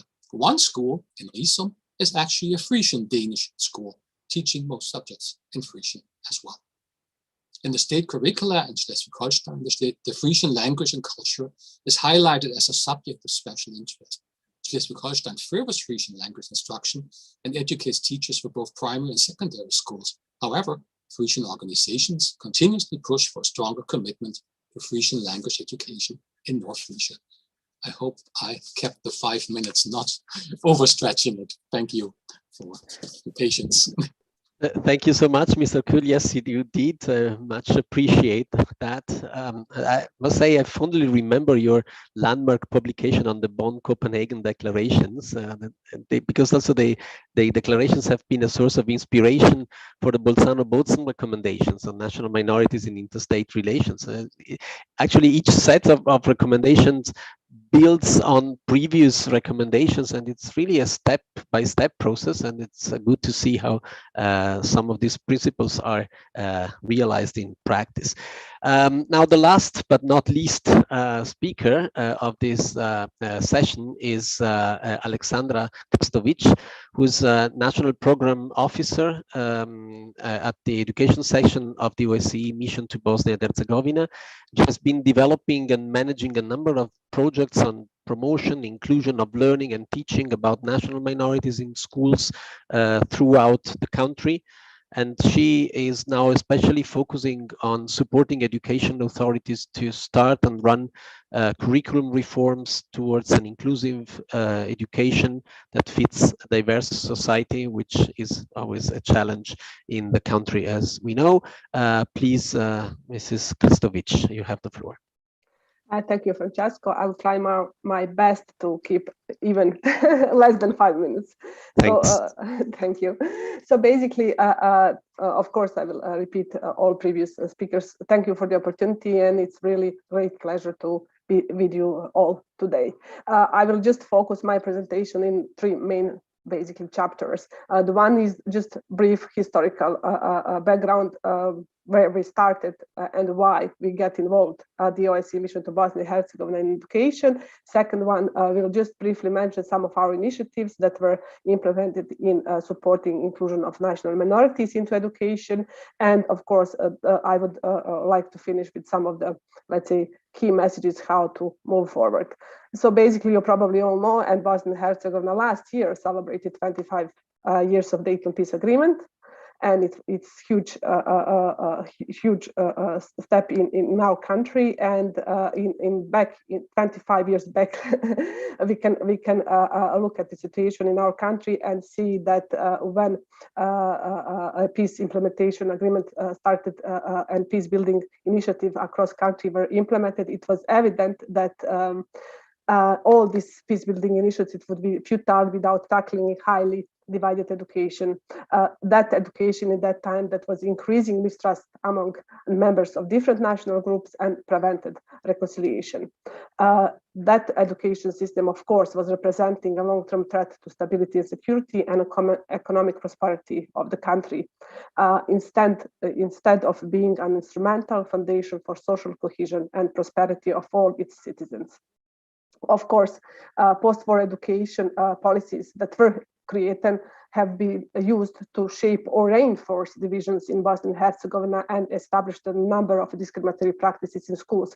For example, authorities commonly rename schools to honor persons or events from the conflict and display nationality insignia or religious symbols, marking the schools belonging to majority. The teaching process was conducted based on ethnically colored curricula and textbooks which focus on victimization of one people and exclusion or even violation of the other. Responding to this, of course, situation, international community supported domestic authorities and in first years initially tried to first ensure access to education of all students in Bosnia and Herzegovina. In that time, OSCE mission to Bosnia and Herzegovina took specific mandate in education comparing to our other field missions in 2003. And we were trying to strongly advocate and support responsible education authorities to eliminate all these discriminatory policies in practice and to foster reconciliation in order to develop inclusive quality education for all. Seeking to this to contribute to this objective, the OSCE mission, of course, has been assisting better inclusion of national minorities through education. This support was focusing on raising awareness about national minorities, promoting respect for diversity and respect for manifestation of this diversity in cultural, ethnic, religious, and linguistic manner. So our focus was to advocate that this diversity is seen as quality to be embraced, then the problem to be feared. For example, I would like just to highlight 2 projects that were implemented with support of the High Commissioner on National Minorities is development of the workbook for students and teacher manual. Let's get to know each other. This was supplementary materials that was distributed to all primary schools in Bosnia and Herzegovina, and that was promoting learning and teaching of national minorities. These materials also were supported with a number of course, teacher trainings and competition, Kaleidoscope, that reached more than 100 students across Bosnia and Herzegovina. The other example of inclusion of national minorities that we worked on was, of course, reforming or supporting reform of history teaching subject.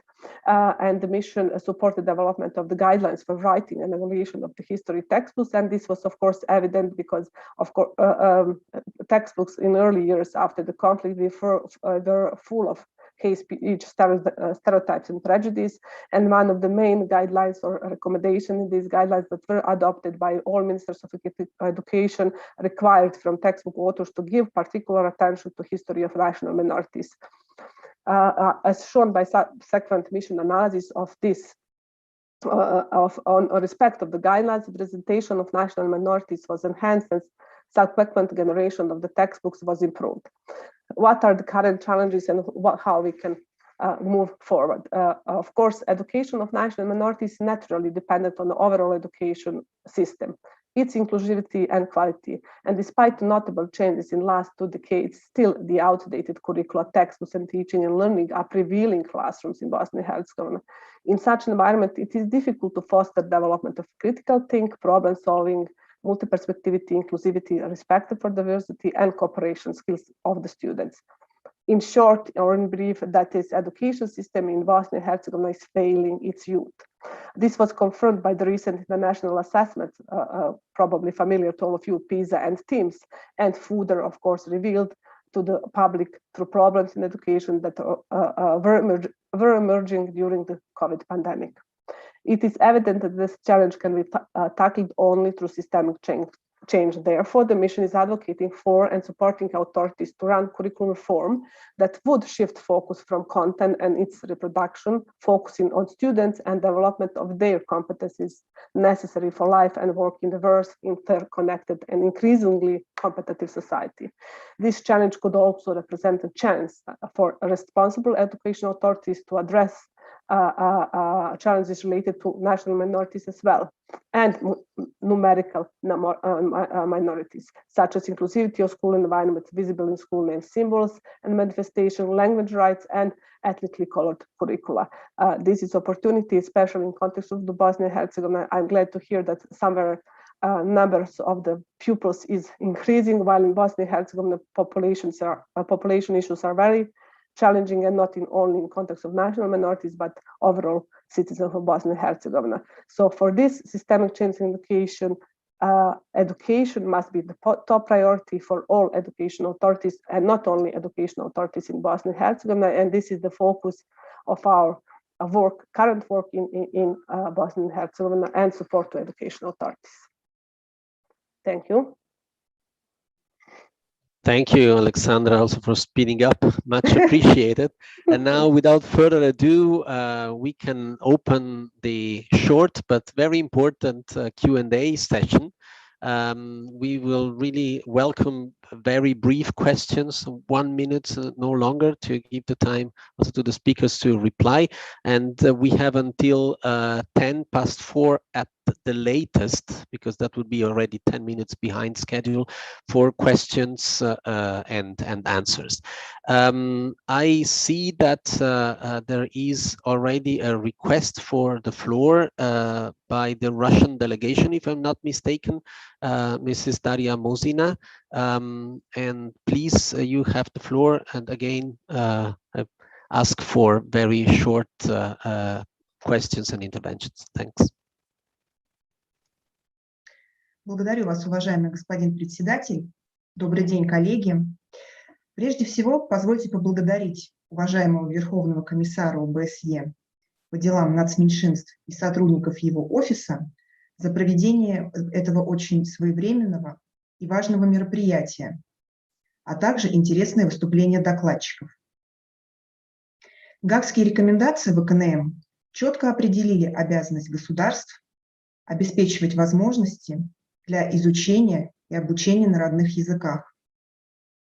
Разделяем мнение, что от возможности изучать и учиться на родном языке во многом зависит сохранение самобытности и идентичности.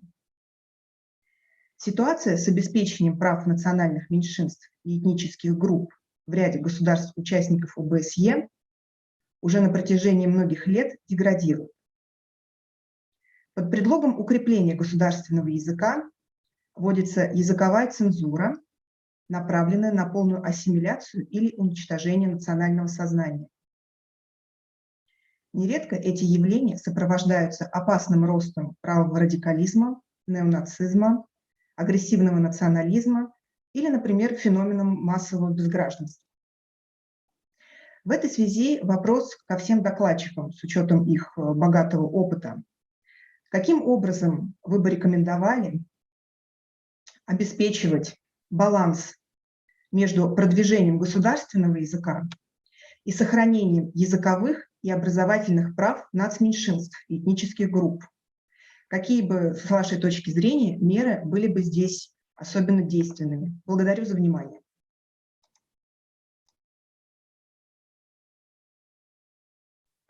Thank you also for being brief. I see perhaps we can collect a couple of questions. I see that there is a request for the floor from Georgia, if I'm not mistaken. I see a hand in the Zoom chat room. So if this is the case, please, you have the floor.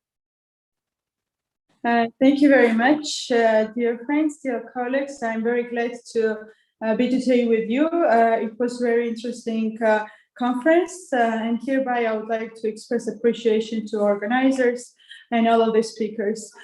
From my side, it will be a more kind of a remark rather than the question. I want to raise one issue which is related to the minorities which are in the occupied territories. Unfortunately, we are facing the issue which is related to not allowing the local communities to teach and learn and have access to education in their mother tongue in Georgian. And there was a kind of, from the de facto government, they have restricted it, and they are going through the education in Russian language. So they are teaching and they are kind of studying in Russian. Therefore, this is an issue. This is one issue, and the second one is related to the those who want to have the exams, national exams in Georgia, in Tbilisi, and they are not allowed to cross the borders in order to participate in the national exams, which are in the capital of the country. So just wanted to raise these two issues which we are facing, which is related to the Hague recommendations about having access to knowledge in their mother tongues. Thank you very much. Thank you so much. I'm looking around whether there is some further request for the floor. If not, perhaps the speakers, those who wish, could take the floor and comment on these two statements or on the statements by the other panelists. Oh, okay. I see a hand. So, Professor Tove Skotnap-Kangas, yes, you raised your hand, although you were just pulling up the thumb, so seems to be like an appreciation, but I understand you have asked for the floor. Dr. Tove Skotnap-Kangas is a very well-known linguist and one of the drafters of the Hague recommendations, so please. Yes, I would like to introduce this dinosaur. I'm the only one here who was drafting the Hague recommendations. And I've been working with linguistic human rights of both indigenous peoples and minorities, national or not, for almost 60 years. When we drafted the Hague recommendations, we also meant them to be for indigenous peoples, even if the name of the High Commissioner is national minorities. So that's why Tarja Halonen, by the way, Finnish always has the accent on the first syllable, so Halonen, not Halonen. When she was talking about the 3 Sami languages, that was what we were discussing also when we drafted these recommendations. We also mentioned sign languages then. One of the difficulties here has been that it is not always clear whether you are talking about the minority language as a subject or as a medium of education. And whether when you say in a language, do you mean teaching of the language or teaching through the medium of the language? That is incredibly important. And many states, in fact, use this unclarity in order to take away some of the rights from minorities. I would also like to comment on what Ann Linde said about Sweden. I worked very much in Sweden 30, 40 years ago. So I know Sweden pretty well. I live in Sweden now. I'm Finnish, but I've lived in Denmark for many, many years. I didn't recognize Sweden from what she said. There are children in Sweden who belong to one of the 5 national minorities who are forbidden in school to speak their own language, also during the breaks. And there are court cases about that, meaning no rights whatsoever. And there are no state schools which follow the Hague recommendations. So just remember it. And the big thing in Sweden is privatized schools which use English as the medium of education and make the owners of these schools multi-billionaires. And the last thing then, Hague recommendations are nice on paper.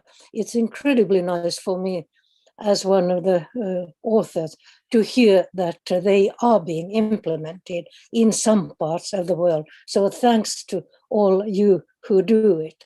You should come and teach some other countries like Sweden and Denmark, which don't implement them at all.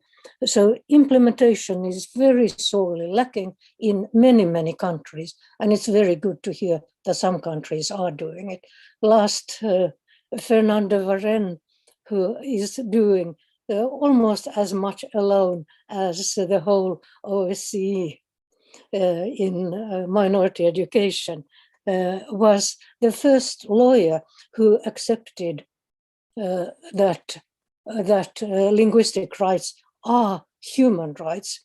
And my husband, Robert Philipson, and I are just now co-editing the first ever handbook of linguistic human rights. Many of the issues that you are discussing are going to be in that book. And we co-edited 2 years ago 5 volumes called Linguistic Rights, some 1,800 pages. So I recommend that some of you try to read some of that if you have the time. Thank you. Thank you. We definitely look forward to the next book and to reading it on linguistic human rights. As we have 4 minutes to close this session, I would just ask whoever of the speakers to comment or raise other issues really on a spotlight, and to comment perhaps on what has been said by the other panelists or by some of the interventors. Who feels like breaking the ice among the panelists? Anna is asking for the word. Please. Thank you. Yeah, go ahead. Anna Maria Wicek, please. Sorry. Okay, thank you. I'm sorry. I didn't hear you calling me. I would like to shortly reflect on the Russian participant that asked about how we ensure balance between the promotion of state language and the mother language. And I think that from our perspective, since we are trying to put a steady basis of the minority education on these 2 pillars, minority educate, the right to one's education in their in their native language, and ensuring the acquisition of the state language, that's the hardest. Ensuring the balance. So, and it even comes to great differences between different national minorities. So I think that one of the main issues is to see the national significance of each minority. And I think our time is running up, so I'll wrap it up here, but feel free to contact me through the OSCE and we can continue the discussion. Thank you. Thank you. That's actually an important point, and I guess you will attract a lot of questions and comments through the OSCE. Okay, perhaps I can now turn on to Christoph to close the session. Thank you so much, Christoph, and all for participating in this very lively, interesting, and extremely thoughtful session. And Christoph, as the head moderator here, the floor is yours. Well, thank you, Francesco. But really, panel one was really very skillfully moderated by you. And I would like to thank you, and in particular also the speakers in the panel. Thank you really very much for your engagement and sharing your experiences. I would like to immediately go to the next item on our agenda, which is a video message from Ms. Yayatma Vikramanayake, the United Nations Secretary General's Envoy on Youth, who was appointed in this position exactly 4 years ago. In this role, she works to expand the UN's youth engagement and advocacy efforts in sustainable development, human rights, peace and security, and humanitarian action. Even though Ms. Vikramanayake was not able to join us live, we are very delighted to have the UN Secretary General's Envoy on Youth address our conference today to share her reflections on challenges facing minority girls in education. Christian Allen, please go ahead. Excellencies, distinguished delegates, fellow young people, I'm delighted to welcome all of you to the 25th anniversary conference of the Hague recommendations regarding the education of national minorities. Please allow me to thank the Organization for Security and Cooperation in Europe for the kind invitation to join this timely event.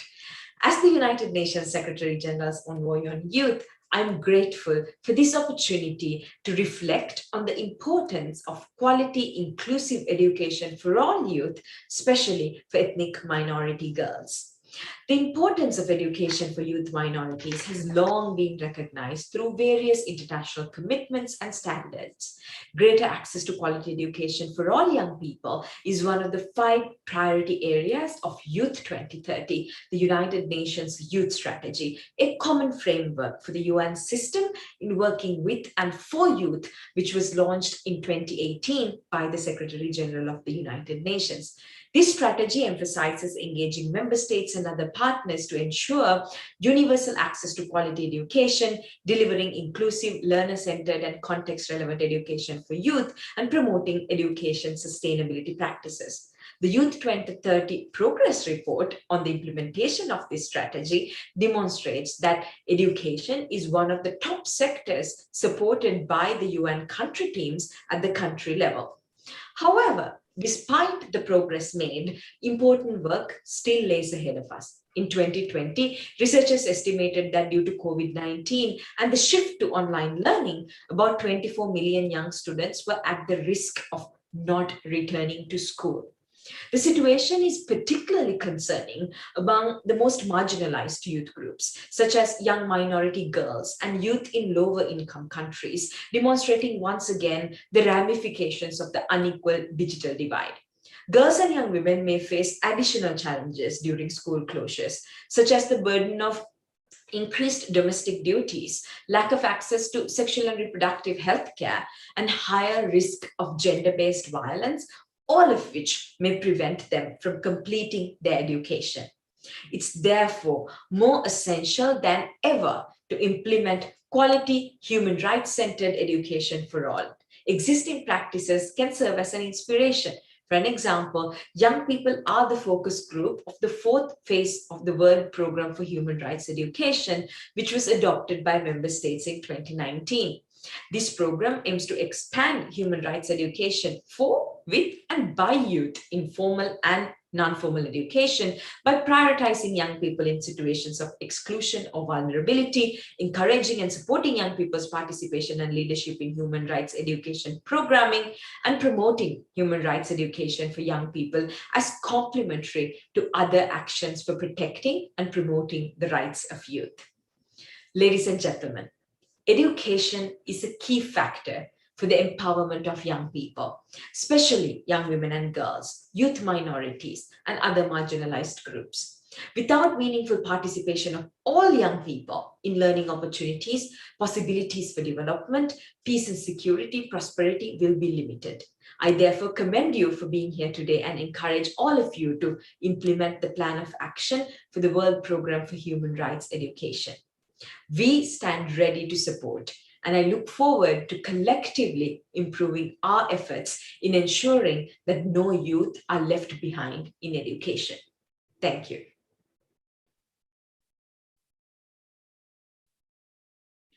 Well, I would like to very much thank the representatives of the Office of the UN Envoy on Youth who joined us today to make this video with reflections from the Envoy possible. Thank you very much for your kind cooperation. Before we proceed to panel 2, which will discuss the topic of multilingual education, we will show 2 short videos. The first is an excerpt from the film on the Bujanovac department, a branch of the Faculty of Economics in Subotica in the multi-ethnic region of Vojvodina, North Serbia. The department, which saw the first students enrolled in 2011, has a key role in fostering integration, as reflected by its bilingual academic offer. It provides a common space for interaction of youth from all communities and equal opportunities for enrollment and access to state-funded academic studies. We will hear more in the upcoming video, which was made in 2015. Please note that the language of the video is English, and simultaneous interpretation in Russian is provided. Thank you. The High Commissioner initiated the setup of the first truly multi-ethnic and multilingual university department in South Serbia. International organizations, central and local level actors joined forces to make this endeavor possible. This university department offers courses in Serbian and Albanian. The students can start the course in their preferred language. Serbian, as the state language, is progressively introduced for the students whose mother tongue is not Serbian. Ultimately, all graduates should have a good knowledge of the state language, thus increasing their chances to fully participate in wider society. The department also aims at bridging the divide between different communities. Many of these students studied at schools providing education in their respective mother tongues and lived in monoethnic communities. They had limited opportunities for cross-community engagement. Now they have the chance to study with their peers from different communities and share a common language. Moj društveni krug se veoma promenilo, samim tim što sam stekla nove prijatelje. Stekla sam i prijatelje koji su albanske nacionalnosti. Veoma je dobro druženje jer oni uče od nas i mi učimo od njih. Nismo se družili, a to je najbitno. Ako hoćeš da živiš mirno i dobro, treba se družiti. Ovaj fakultet nam je omogućivao da živimo dobro. Kad bi ova generacija nastupila i stala na noge ovde i zaposlila se, ušla u javni sektor, u privatni sektor, svi bi međusobno sarađivali zato što smo zajedno studirali.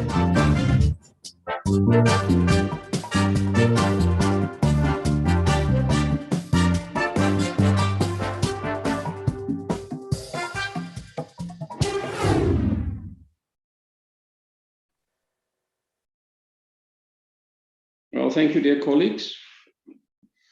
Our next video is about a project aimed at promoting societal integration in North Macedonia through developing language materials fostering the learning of the Macedonian and Albanian language. The Nansen Dialogue Center Skopje developed a Macedonian Albanian and Albanian Macedonian phrasebook. The phrasebook is printed in hard copy, and it has an associated website and smartphone applications that will show up in the video to follow. This year, HCNM and the Nansen Dialogue Center are expanding the phrasebook to also include Turkish and Serbian languages.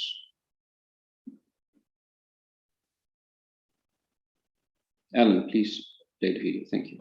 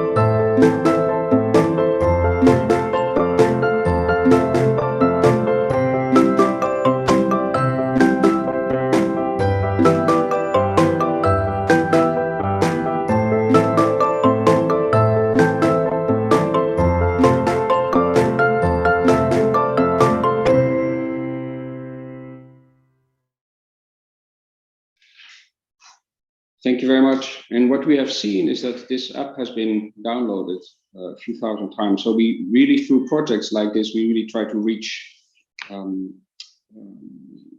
as wide group as possible. It is now a great pleasure and a privilege to welcome Mr. William Romans as moderator of the second panel. Mr. Romans is currently working as a consultant election expert with the OSCE Office of Democratic Institutions and Human Rights. Prior to this, I had the great pleasure to work with William in the Office of the High Commissioner in his capacity as a senior legal advisor. In previous roles, he worked with EULEX in Kosovo, with the Special Court for Sierra Leone, and at the United Nations International Criminal Tribunal for Rwanda. Dear William, we are very happy that you agreed to moderate panel 2 and to guide the discussions. Please, the floor is yours. Oh, thank you very much, Christoph, for that introduction. Is my microphone working okay? Great. Dear participants, it's really a privilege to be your moderator for this session. And a special appreciation to the High Commissioner and his team for the invitation to participate today. In his introduction, the High Commissioner drew our attention to the need to face emerging challenges, and he mentioned SDG 4, ensuring that all children have access to quality education in a safe environment. This panel on the way forward, the Hague recommendations, and multilingual education in the digital area of education allows us to address this topic. For several years now, many of the key aspects of our lives and culture have been migrating online or utilizing the opportunities which new technology affords. This has been accelerated, unfortunately, by the COVID pandemic, which has touched us all. As anyone with a professional interest in education or even a school-aged child can tell you, online education and the use of digital resources has been at the center of this. At the time the Hague recommendations were drafted, such a world was yet some way off. Indeed, only 5 to 10 years ago, the process was rather a secondary topic. But old wisdom dies hard, and many of the lessons contained in these 25-year-old recommendations remain relevant. In my view, particularly the sections which talk about measures and resources, participation, and curriculum development. Subsequent recommendations dealing with transfrontier cooperation also seem key to our discussions. Fortunately, we have with us 4 distinguished representatives and practitioners with expertise in these areas to introduce the topic for discussion, whom I will shortly introduce in turn before each speaker. Their deep knowledge in the field of minority language education will serve as a backbone for this session. I aim to ensure that we address questions such as how digital technology is being used to broaden and improve the quality of education for national minorities, whether minority and non-minority schools have benefited from equal access to digital technologies, and of course, unavoidable, the impact of the COVID pandemic and the rapid shift online has had on multilingual education. So without further ado, I would like to begin with the first of our distinguished panelists. We're fortunate to have with us Her Excellency Ms. Mila Karovska, the Minister of Education and Science of the Republic of North Macedonia.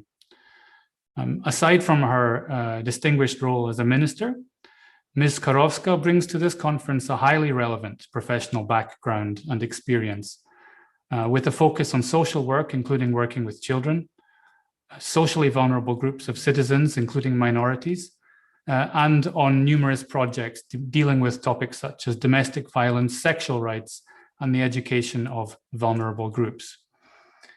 Ms. Karovska was previously a special advisor in the cabinet of the Minister of Labour and Social Policy, and she's a graduate of the Institute of Social Work and Policy of the St. Cyril and Methodist University in Skopje.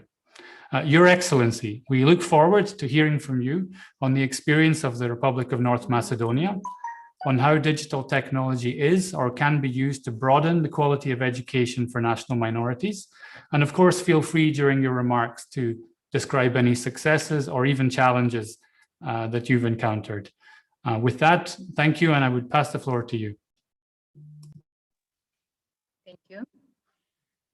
Dear High Commissioner, dear participants, this is really important topic and relevant for all countries, but especially for the developing countries. The need of quality education and to build a bigger picture of educational system is highlighted in Hague recommendations. Directly requires changes in a primary education, but also to create sustainable system that is linked and harmonized between preschool, primary, secondary, and all levels of education after that, and to in some way address the needs of education of all children in the country. The new conception of primary education that we're doing in this moment enables and try to introduce intercultural education that is really necessary in our country. Because it's important now to go beyond the passive coexistence between the different ethnical and religion communities living in our country, and to find a sustainable manner for joint living, understanding the multiculturality and multi-ethnic society. It is not case in the moment, I must to share, and we always discuss with Osce that we need to create a better atmosphere in the schools, but also all the subjects in the school need to address this issue. It's not a separate issue, it's a part of whole curricula in all level in education. That's why this is the really one important level of the new concept for primary education. And I think that when we are discussing for a new concept of education in our country in this moment, there is a hectic situation and everybody's commenting something. But really nobody discussed for three crucial elements that this conception is giving. This is interculturality as one, gender equality as a second, and also something that we are discussing is inclusion. But inclusion is not just for people and children with disability, but inclusion means that everybody have a possibility to achieve their potential, and everything can be adapted according to the differences of all children in an educational system. And when we open a debate about this, nobody is against. But again, when you see in our country, the debate is really negative. I think it's because we are trying to move all the subjects in the educational system from the comfort zone to the new proactive zone where everybody needs to achieve results and all the results needs to be measurable, and we need to have indicators as educational system, and we need to try to push our system to create better learning processes, but also to achieving better results in future. When we are discussing also about the transforming the educational system, especially in a primary education as a base of education, because the preschool still is not mandatory, but we need really hard to work achieving the preschool as a mandatory. But in a primary education, we are also discussing about digitalization and what this means, especially that COVID crisis give us big lesson that our educational system needs to be really flexible and needs to be resistant. This means that in one moment when you need to use all digital tools, that you need to be prepared and need to create atmosphere of learning also out of school, or to give to the children and teachers possibilities to learn during this type of crisis that can happen every time. And this lesson give us also a possibility to create a new law for teaching materials or the books, where we says that the digital books needs to be available after 4th grade. Also printing materials and printing books, but the digital and interactive books needs to be available for the children. For the child. And also there is a big challenges here, because probably there is a big interest, I must say, from the business sector, that they think that they're losing some part of the cake, but I think that they need just to be more proactive, and they need to find also a possibility to create modern and digitalized books that will give opportunity to our pupils in school to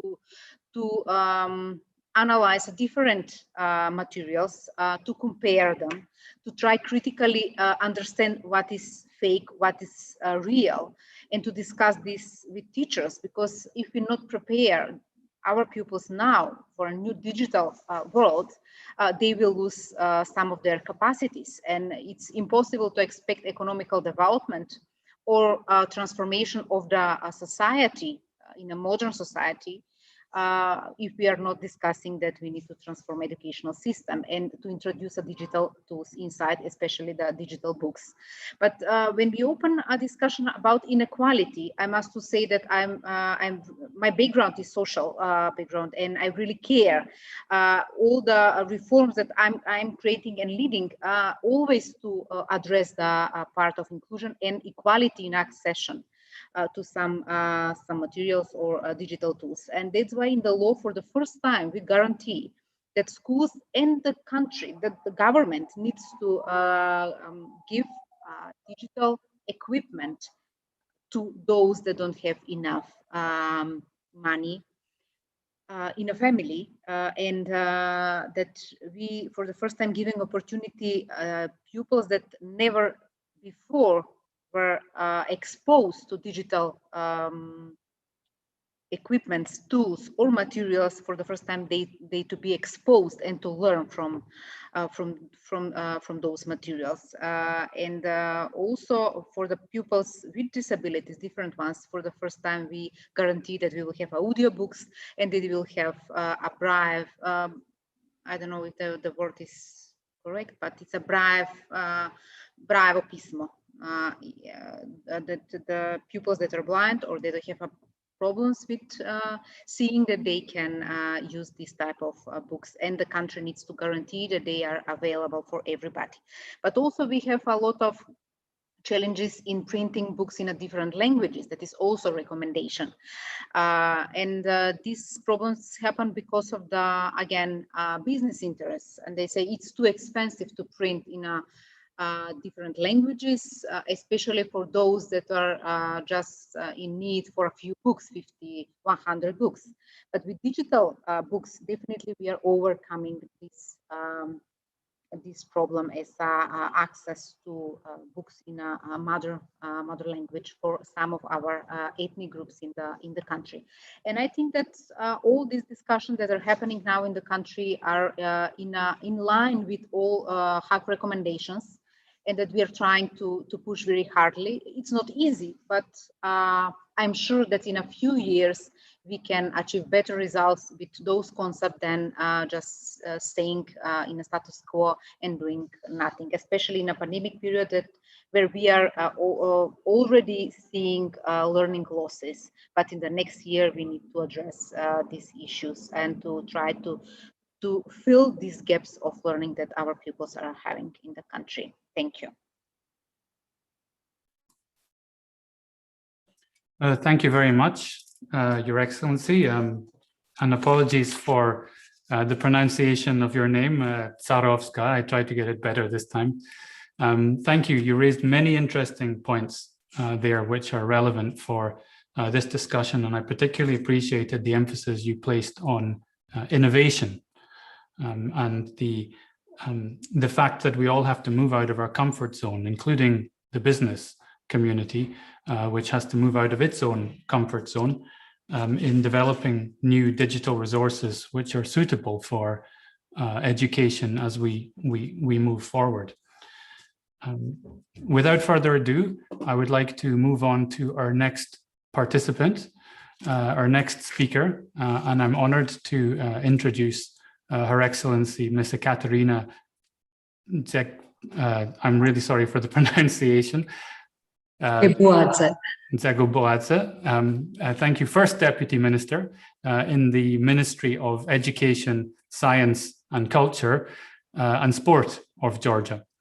Our speaker has a rich experience working as an expert and departmental leader within the ministry, including as head of Strategic Development Department, Inclusive Education Division, the head of the Inclusive Education Division of the National Curriculum Department, and prior to that, several other expert level positions, including as a university lecturer on inclusive education. She holds a master's in education philosophy from the University of Oslo and is a graduate of the Tbilisi Independent Institute for Foreign Languages. Your Excellency, thank you for joining us today, and we look forward to your remarks on the subject of multilingual education in the digital era of education and learning from your and the Georgian experience. The floor is yours. Thank you very much, distinguished guests, ladies and gentlemen. It gives me great pleasure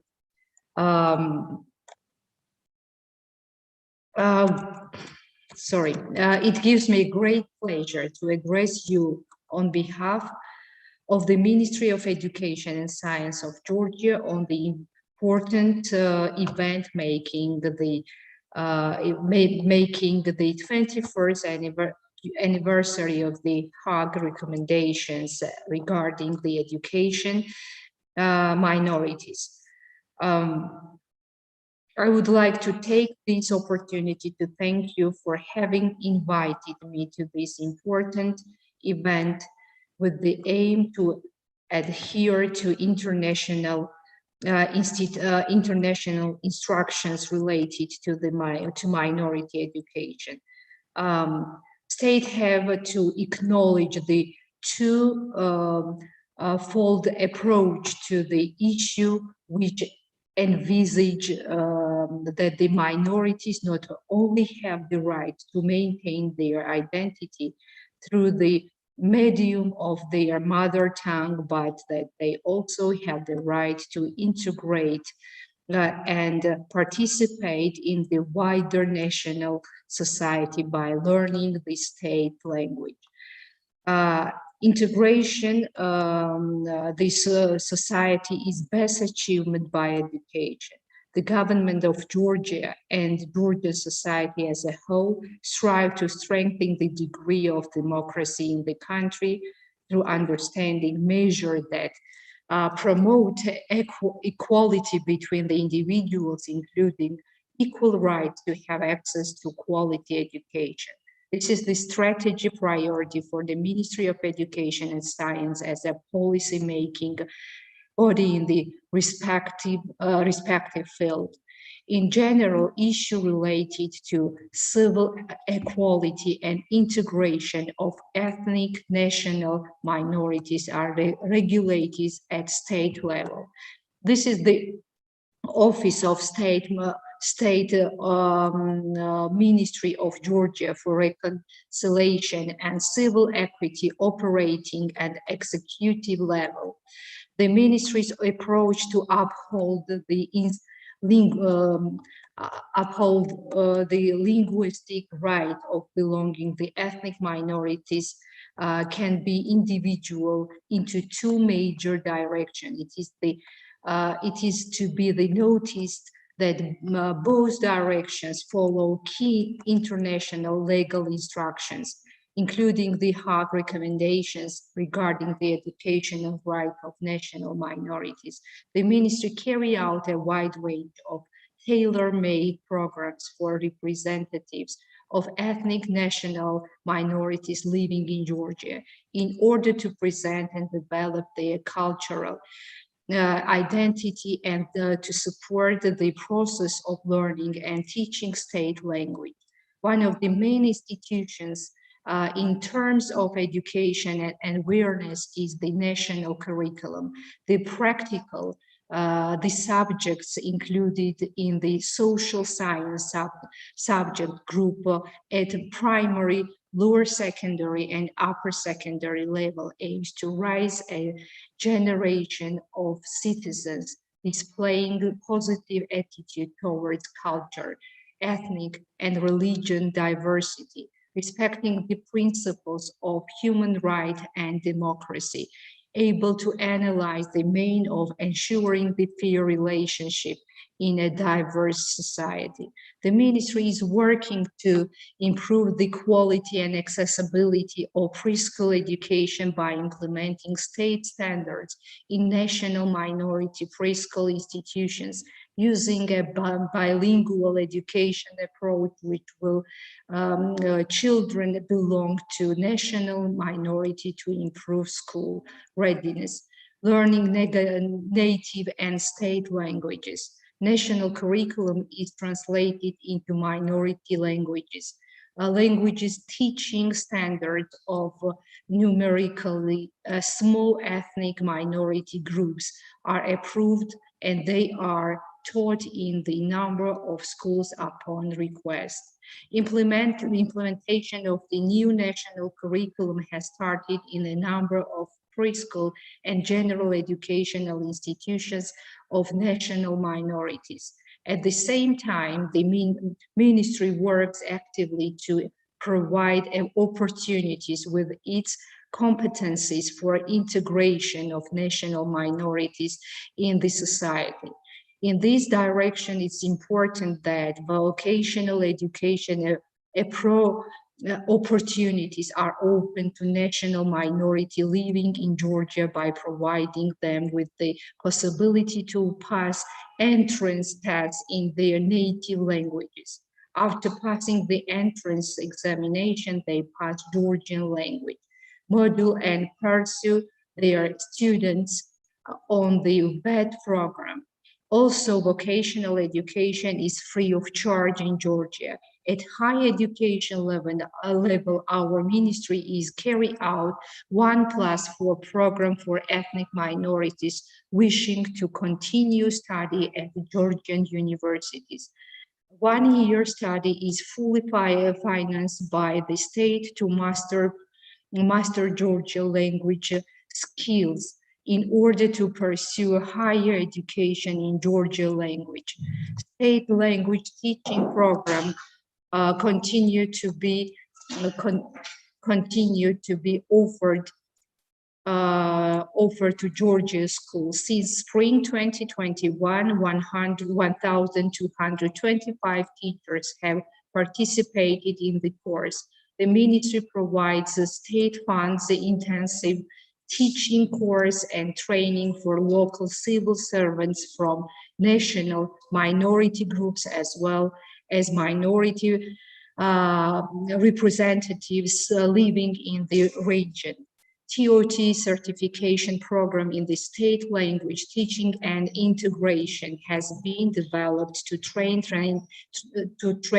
trainers in state language teaching and integration to further provide relevant training for representatives of national minorities. In the direction of non-formal education, we take important measures to provide integration of street children, including Roma children, into the education space through providing a number of formal education, non-formal educational programs, including organizations of summer schools specifically for ethnic minority students, as well as critical events. COVID-19 pandemic has greatly affected the government all over the world. The health crisis emerged into global crisis that has put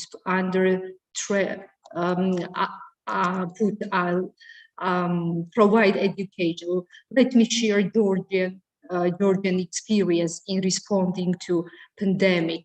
The Ministry of Education and Science of Georgia has swiftly moved into the distance mode of teaching and learning to negative impact of the pandemic.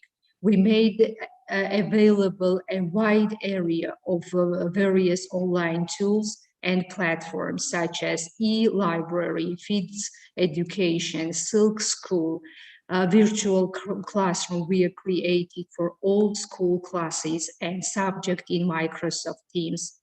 The ministry, together with the Georgian public broadcasters First Channel, launched an educational project, TV School, which started on March 30, 2020, is still ongoing. TV lessons are also broadcast in the ethnic minorities, languages and sign language. Interpretation of lesson is also provided. Our aim being to adhere to the universal principle of learning on one behind. I am proud to emphasize that Georgia's effort and success in introducing distance learning was acknowledged by the international community. The OECD described the steps taken by the Georgian government as one of the best examples among the 98 countries. Microsoft Corporation and UNICEF also highly praised Georgia for its respect measure in combining negative effects of COVID-19 on the educational system. Ensuring equal access to quality education has been at the heart of policy vision of the ministry. Today, active work is underway on the developing of the new strategy and of education and science, an action plan for 2022 and 2032. The overreaching priority for new policy agenda is based on three pillars: equity and quality, supported by improved governance. The ministry welcomes cooperation with the OSCE and its institutions and High Commission on National Minorities. The support and experience of the organization is highly valid. Thank you very much for inviting and the possibility to introduce and offer our experience during the pandemic period of time, and make an overview of the situation existed in educational system. Thank you very much. Thank you very much, Your Excellency, for your very interesting intervention and your overview of the situation in Georgia, with the virtual classrooms, the use of Microsoft Teams, the lessons broadcast, very importantly, in the languages of ethnic minorities, as well as sign language. I'd be very interested maybe in the question and answer session later on to explore that part in particular, on the digital aspects a little bit further. Thank you for your participation. Thank you. And with that, we go to our next distinguished speaker, Mr. Shavket Umarov, director of the school, Gymnasium number 153, Abdullah Rojabakiev in Almaty, which under his directorship became the first multidisciplinary gymnasium in Kazakhstan, where the language of instruction is Uyghur. Mr. Umarov is a recipient of the Award for Excellence in Education of the Republic of Kazakhstan. He has been a member of the Almaty City Parliament and a member of the Assembly of People of Kazakhstan from 2010 to 2020, a member of the board of the National In-Service Teacher Training Center, Orleo, and as a member of the Political Council of Azov District Branch of People's Democratic Party, Nur Otan. He is also chairman of the Association of Uyghur Language Schools in Kazakhstan. He's published widely on education issues and regularly appears at international conferences on this issue. He's a recipient of the Order of Kurmet of Kazakhstan for his contribution in the field of education. Mr. Umarov, your record of excellence in the field of minority language education places you in a unique position, and I'm happy to learn that you intend during your intervention to speak about your experience in Kazakhstan, as well as the cooperation which you've experienced with the HCNM in the field of multilingual education.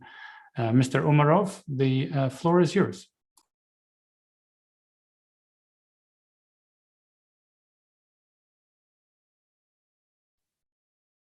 Добрый вечер, Ваше Превосходительство Кайрат Дабергенович, уважаемые коллеги.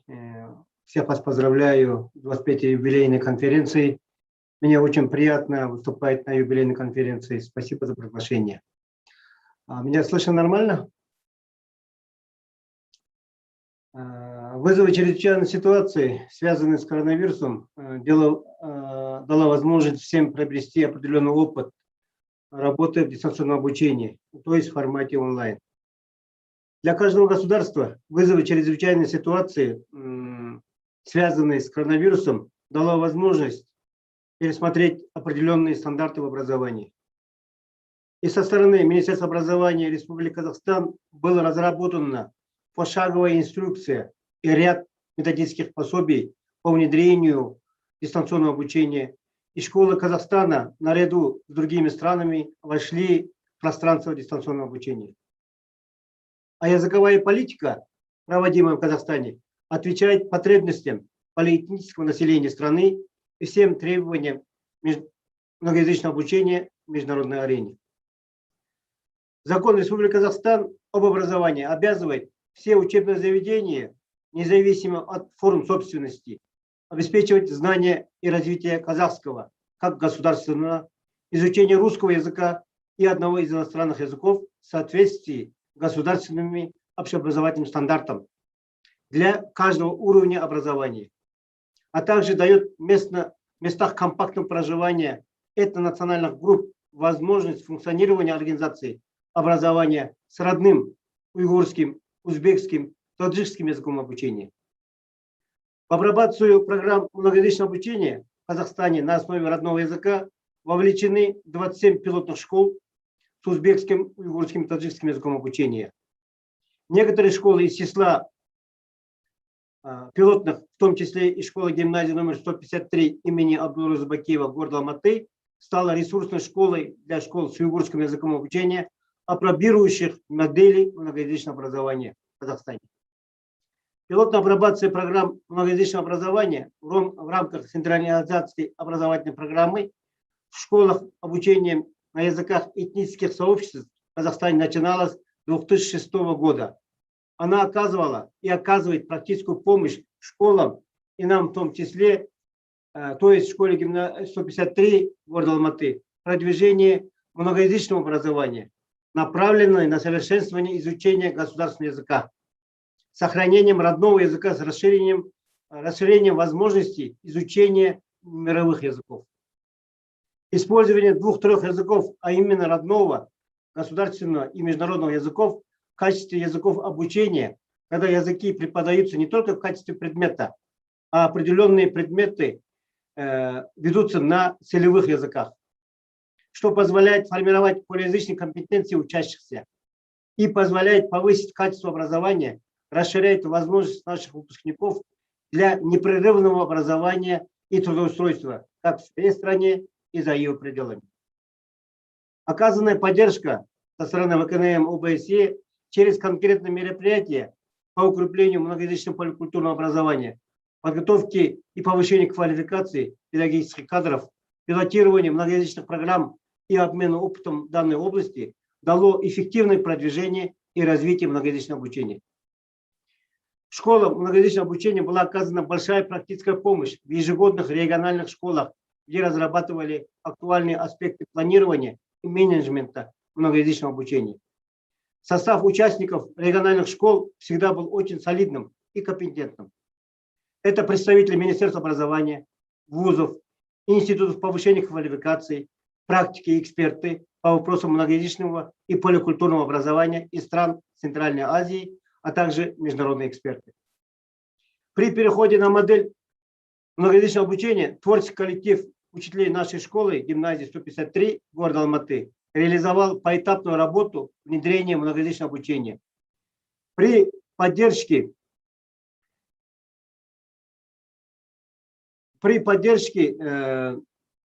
Министерства образования Республики Казахстан, Ассамблеи народов Казахстана, Республиканского этнокультурного центра уйгуров Казахстана, Ассоциации выпускников, родительской общественности, данной общественности. В данный момент идет переход на новый этап развития по многоязычному обучению и разработан план реализации и также детальная структура внедрения многоязычного обучения на 2020-2025 годы. Хочу коротко познакомить вас с этапами вхождения в пространство многоязычного обучения школы-гимназии имени Абдулразака Бакиева города Алматы, так как она является на сегодняшний день завершенным, и мы переходим на новый этап по многоязычному обучению, который видно вот на слайде. Первый этап – это был подготовительный этап 2008-2015 годы, где мы особое внимание было уделено, первое, учебно-программному обеспечению, кадровому обеспечению эксперимента, на создание методической базы, материально-технического оснащения учебного процесса, вовлечение учащихся в экспериментального класса и их родителей в педагогический процесс многоязычного обучения, определение целей и задач эксперимента, привлечение ученых практиков к учебному процессу.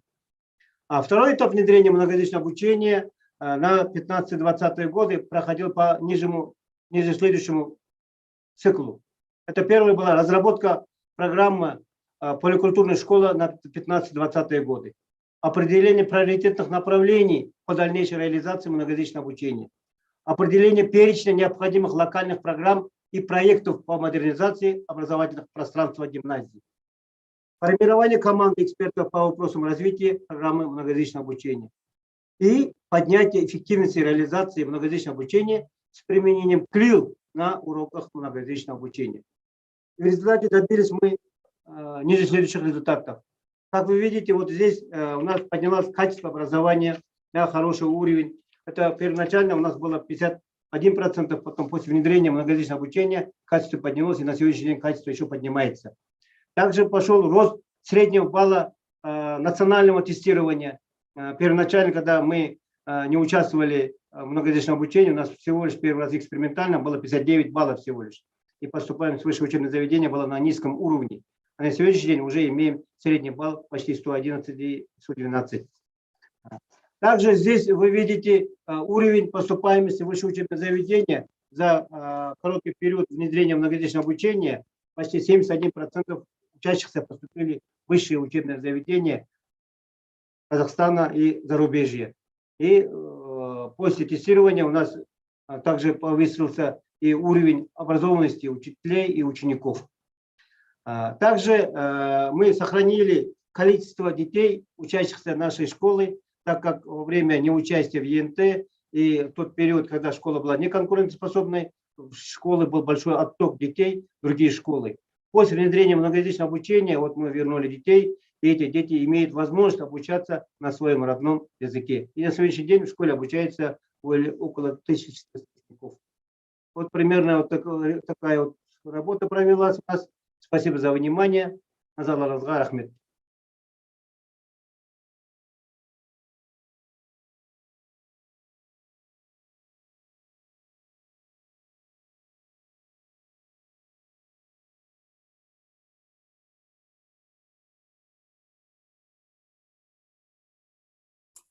Hello. Is my microphone working? Okay. Спасибо за внимание. Thank you very much, Mr. Umarov, for this very interesting presentation, and also for talking about the way that HCNM works in the Central Asia region, in particular in supporting national minority education. We hope we can come back to you later during the discussions. Our next presenter is Mr. Jorma Kaupanen, who is Counselor of Education at the Finnish National Agency for Education, which has as its core task the development of education and training, early childhood education and lifelong learning, and to promote internationalization in Finland. Mr. Kaupanen has been working at the agency since 2001 and is an expert in his field. First as head of the upper secondary school unit, and from 2009 to 2018 as the Director of General Education and Early Childhood Education and Care. Since the beginning of this year, he is appointed as Counselor of Education, responsible for state schools and some international affairs.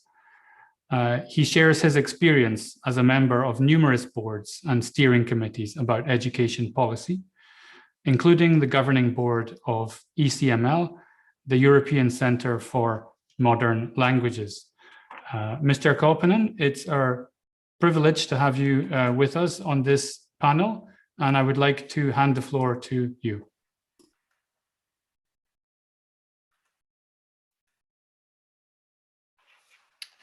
Thank you very much, Mr. Chairperson. I hope that you can hear my voice. Yes. Excellencies, ladies and gentlemen, dear participants of this very important conference. It's a great pleasure to me to participate in this conference. Thank you for the invitation. And I would like to congratulate OSCE and the High Commissioner on National Minorities for all the work that has been done so far. And this conference has shown that a lot is ongoing in the member states. In my short presentation, I will explain the situation in Finland and then some examples what we have done so far and what plans we are for the future. Firstly, I would like to remind you that one of the basic principles of the Finnish education system is that all people must have equal access to high-quality education and training. This means that minority groups are following same instruction and training at same schools with others following the same school curriculum. In Finland, education is free of charge at all levels from pre-primary education to higher education. Secondly, I would like to remind you all that Finland has two official languages, Finnish and Swedish. Approximately 5% of students in basic education and in general upper secondary education attend a school where Swedish is the language of instruction. Both language groups have their own institution also at the higher education level. Basic education is mostly organized and run by the municipalities or other education providers. Local authorities are also required to organize education in Sami language in Sami-speaking areas of Lapland.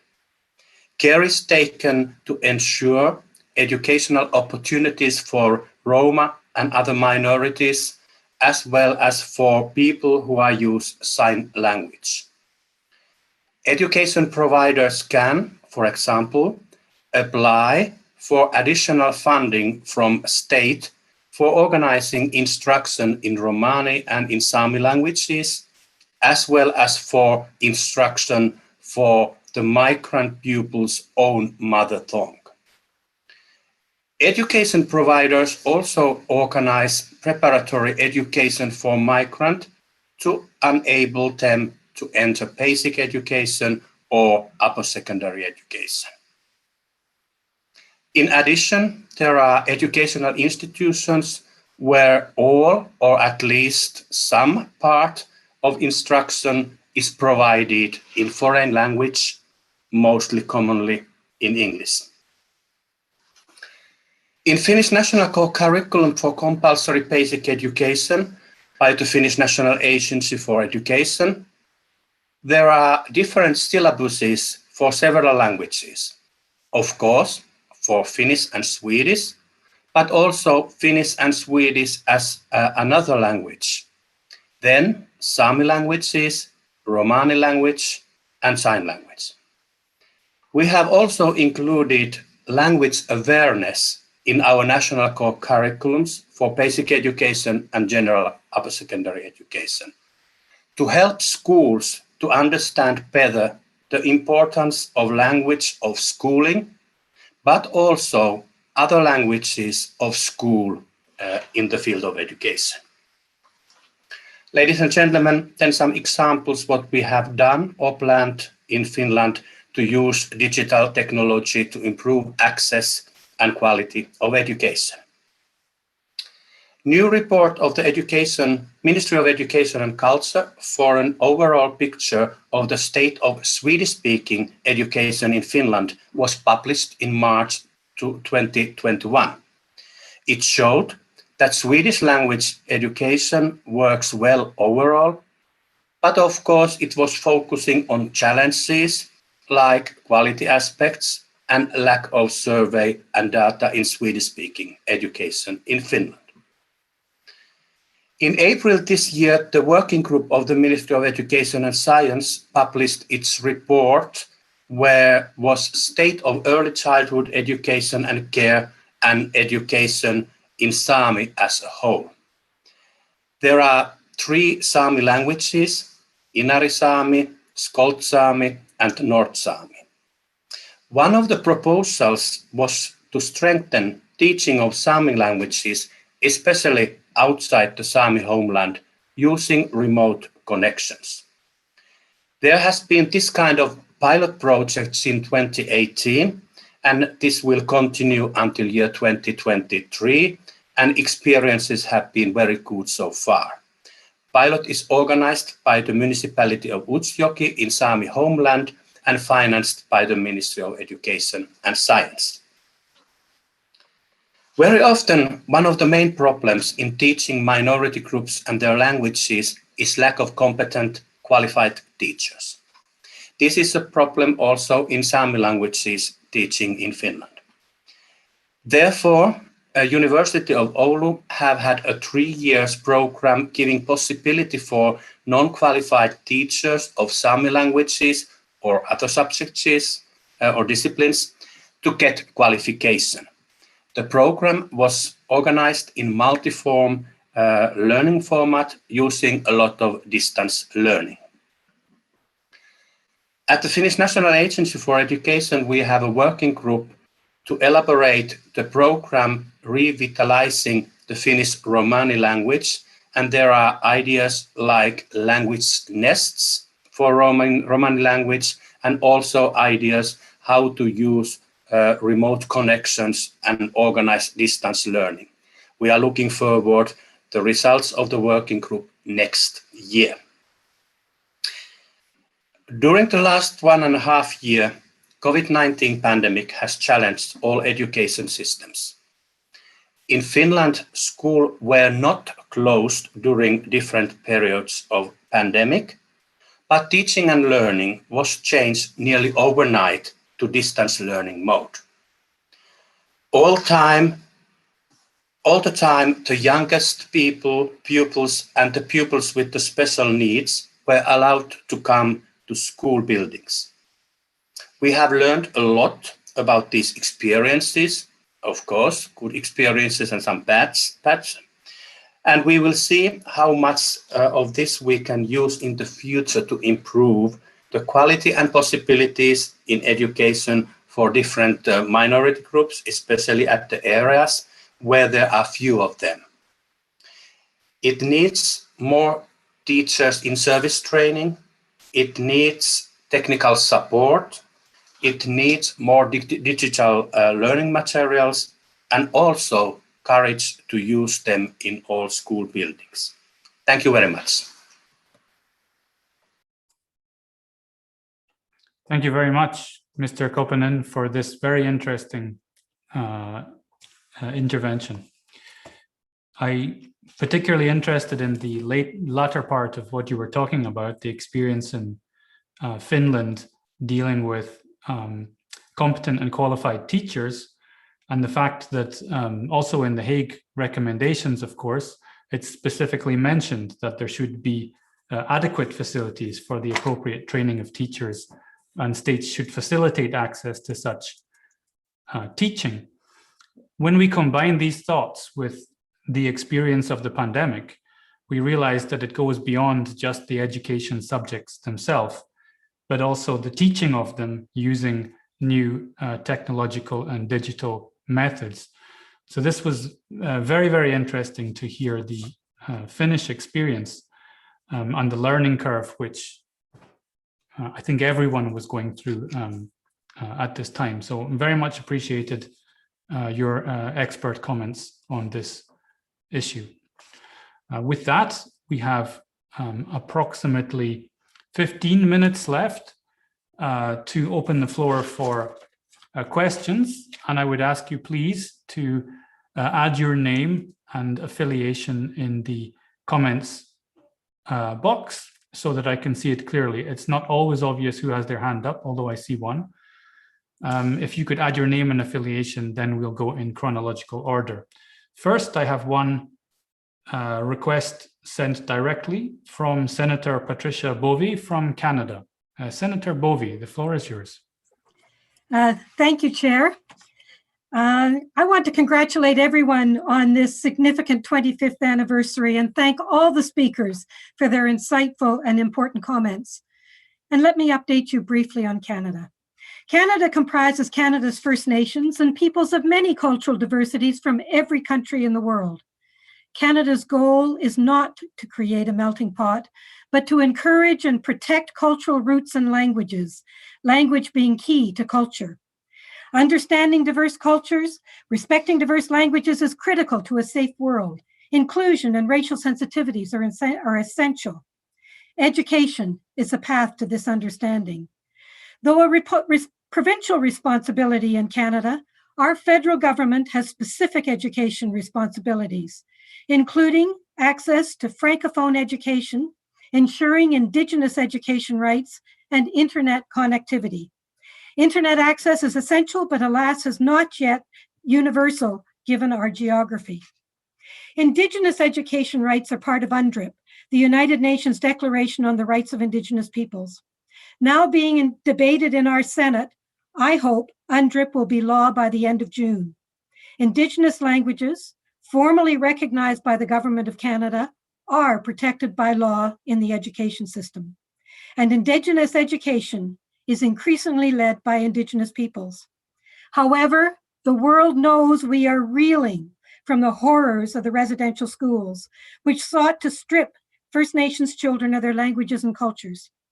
While this system ended decades ago, its effect has been truly damaging for generations of First Nations peoples.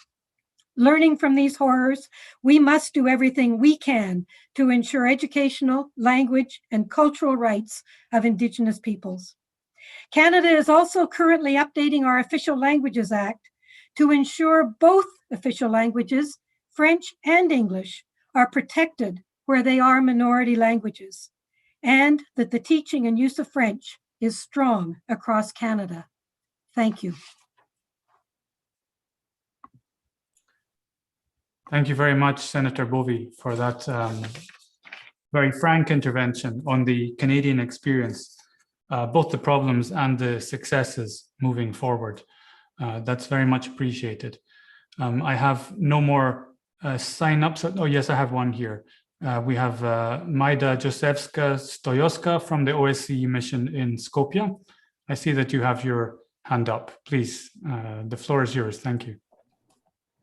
Thank you very much for allowing me this opportunity to we'll basically just make a small kind of overview of what the OSCE mission has been doing in North Macedonia. Because I heard a lot of these very hands-on experiences from different countries about implementing the recommendations, so I thought it would be a good opportunity to share what we have been doing very briefly though. In North Macedonia, language minorities, with the exceptions of Roma people, can learn in their mother tongue for the entirety of education, mostly. In Albania, for example, that's all the way up to tertiary education as well. So in that respect, I think that we have really come far when it comes to implementing the recommendations as such. But even more to that end, because allowing or granting education rights or as human rights, it has also another agenda, which is basically to create social cohesion, to create more stable societies, as it was reiterated several times. And something that the mission is particularly proud of is the support of bilingual classes, joint classes on a secondary school level, which was pretty much something that we couldn't think even about 15 years ago. So now we have, in the city of Skopje, there are 7 schools that have regular classes with both mostly Albanian and Macedonian. There is one school where it's Turkish and Macedonian students studying in the same classroom with both teachers, using both languages basically interchangeably. That is not to say that the different, student, especially Macedonian students, are very proficient in Albanian language, but it is a very big step forward towards creating a friendlier and more frequent positive contact among students, which is something that is not very frequent in our society. So I heard several of you talk about the problem of creating spaces for young people where they can actually practice not only their language rights, but also learn each other's languages and especially communicate in a way that is meaningful for them. Unfortunately, our society, despite many of the initiatives that have been going on, politics usually creates this sort of a situation where students or schools or education systems continue to divide rather than the other way around.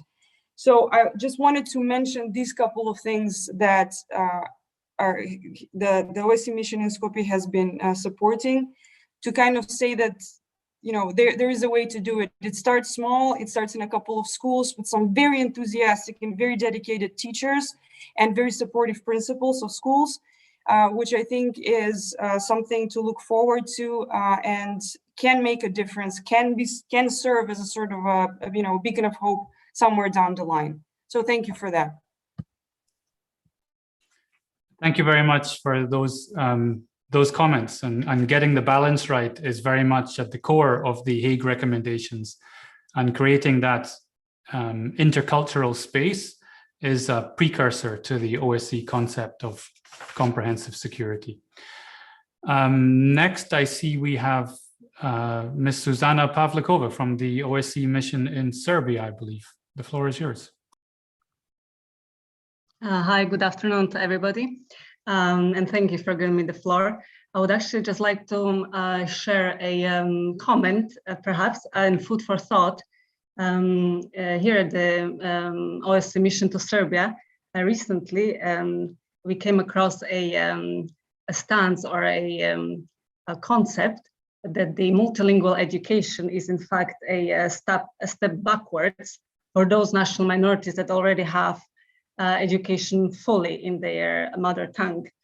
Us at the mission, we are of course primarily concerned with integration. So for us, multilingual education has plenty and still unexplored potential, and also plenty advantages, yet naturally we acknowledge and we recognize also other views that are out there and very often voiced by various practitioners, including the leaders of the national minority groups. And I also find it quite topical in the context of increased digitalization of education. So perhaps it's a comment and a question to the panelists. Have they come across in their work with such concept? What are their views? How they deal with such a dilemma? Thank you. Thank you very much, Zuzana. I think I'm looking for additional hands, but I don't see any at this moment. So thank you particularly for mentioning that example from Serbia. And as my distinguished colleague Francesco noted at the beginning, this is the first recommendation of the Hague recommendations, is getting that balance, and noting also that persons belonging to national minorities do have a responsibility to integrate into the wider national society through the acquisition of proper knowledge of the state language. I have one here. I have, yes, Minister Vicek from the Ministry of Education in Serbia. Please, I'll give the floor directly to you. Thank you very much. I have to react shortly to what dear Zuzana Pavlikova said, because I think there is a misunderstanding. It's not multilingual education that is endangering polylingual education. It's the bilingual education model that is considerably not acceptable for most of the national minorities to the national minority councils in Serbia. And in fact, as a matter of fact, I would really like to use this opportunity to ask the distinguished panel and all dear participants of this conference, what are the proportions between state language and minority language when it comes to bilingual education models. So I'm particularly asking the bilingual education models because Serbia is getting some significant pressure from the OSCE and the Council of Europe as well to try to force bilingual education to be a wider spread education model in Serbia, and the national minorities who are actually representing the national minority councils who are representing the minorities are not accepting this. So I would really like to hear some experiences about bilingual education as such, which is considered, or can it be considered as an alternative to minority language education, first of all, with the acquisition of the state language parallelly to that? Thank you.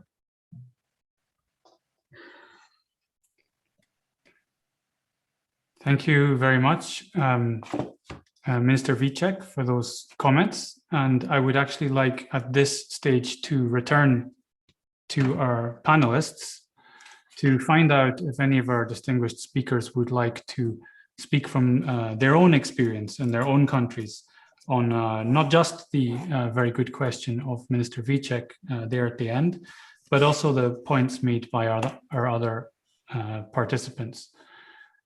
Is there anyone who would like to volunteer their thoughts on this from our speakers?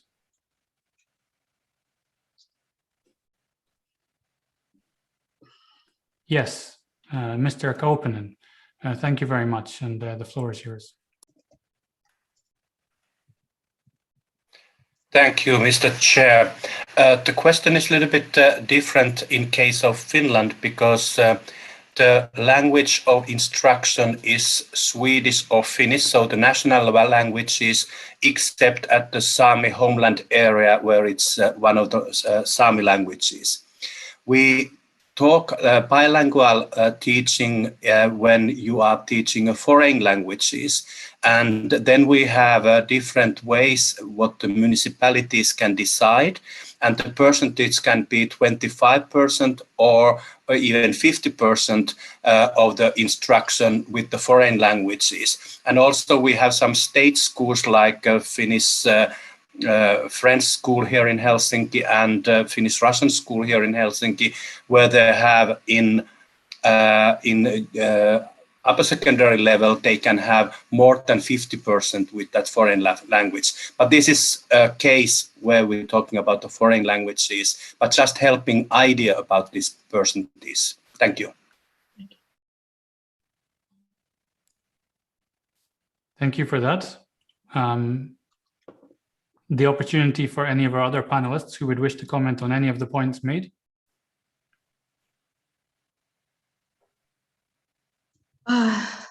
Thank you. I would like to share the Georgian experience. So Georgia started supporting the minorities and developed the bilingual education in different directions. So we have an experience when developed the textbooks, for example, the half part, as it was mentioned, 50%, it was the state language and 50% it was the minority languages. So we trained the teachers, and during some years we have observing the situation and measured the results of the educational results. Nowadays we have a new approach. So we started, and previously it was not that, we started the bilingual education from kindergarten, and from early ages we started to support these children in two directions, to develop the their mother tongue and also the state language as well. As we know, the cognitive development of the children is developing in their own language. So that's why we started to develop, we went in two directions, to support and develop their language, and also another direction is to support these students at the educational level, at the general educational level, to teach them subjects in the state language. So we split it, some parts of subjects to teach in Georgian language, and some subjects for their own minority languages. So we are in the process of developing this kind of new methodology. We started to pilot in some of these schools and developing the educational resources, and started to support the teachers and find and strengthening subject teachers to be bilingual and to support students at the classroom in both languages as well. So we are in the process. We went through different experience for many years, and we choose this direction and hardly supporting kindergartens and general education level, and the teachers in the methodology we're developing nowadays. Thank you. Thank you very much for that. And we would have time for one more response from our panelists. We have Mr. Shavkat Umarov. Please, sir, the floor is yours.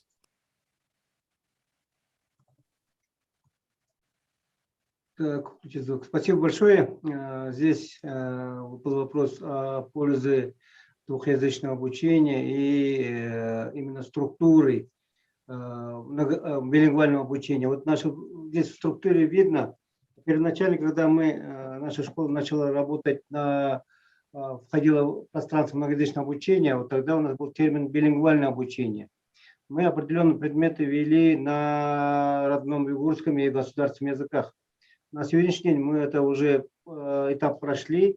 Сейчас у нас школа стала уже многоязычная. Определенные предметы мы проводим по методике Kuhl на уйгурском государственном, уйгурском русском и уйгурском английском языках. Поэтому здесь сохранение и конкурентоспособных школ техническим языком обучения – это только многоязычное обучение. Без многоязычного обучения дети никогда не станут конкурентоспособными. Наши учащиеся школ с уйгурским, таджикским, узбекским языком обучения в Казахстане владеют государственным языком в совершенстве. И кроме этого, я как уже говорил, они владеют еще русским и английским языками. Поэтому, чтобы дети входили в мировое пространство, и чтобы они могли конкурировать с своими сверстниками мирового масштаба, они должны владеть именно многими языками. Поэтому здесь вот многоязычное обучение, оно дает развитие всем этническим школам. И в Казахстане нет такого термина языка меньшинства. Есть у нас этнические сообщества, а вот язык меньшинства мы не используем. Поэтому я как практик рекомендовал бы этническим школам именно внедрять многоязычное обучение или билингвальное обучение с сохранением государственного языка и развитием государственного языка. Спасибо.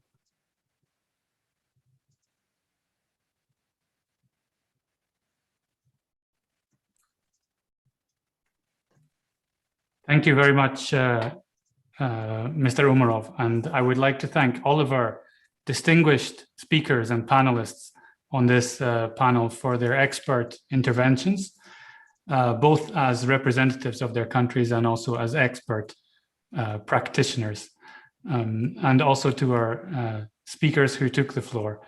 With that, I would like to hand the floor back to our Master of Ceremonies, Director Christopher Camp. Well, thank you very much, William, for skillfully moderating this session, and also on my behalf, many thanks to the distinguished speakers in the panel. I would like to immediately give the floor to the High Commissioner on National Minorities for his concluding remarks. Please, High Commissioner.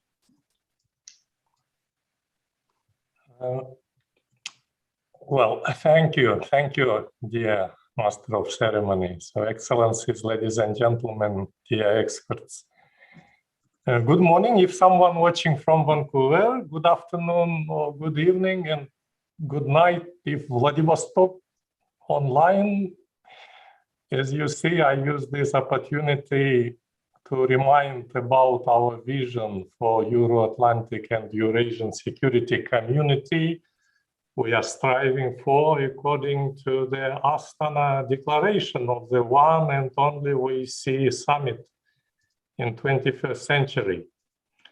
So I would like to thank you all for your fascinating and insightful presentations and comments. I have enjoyed listening to your different experiences, and I appreciate the opportunity we had today to learn about how different participating states are implementing and formulating education policies to accommodate diversity in their societies.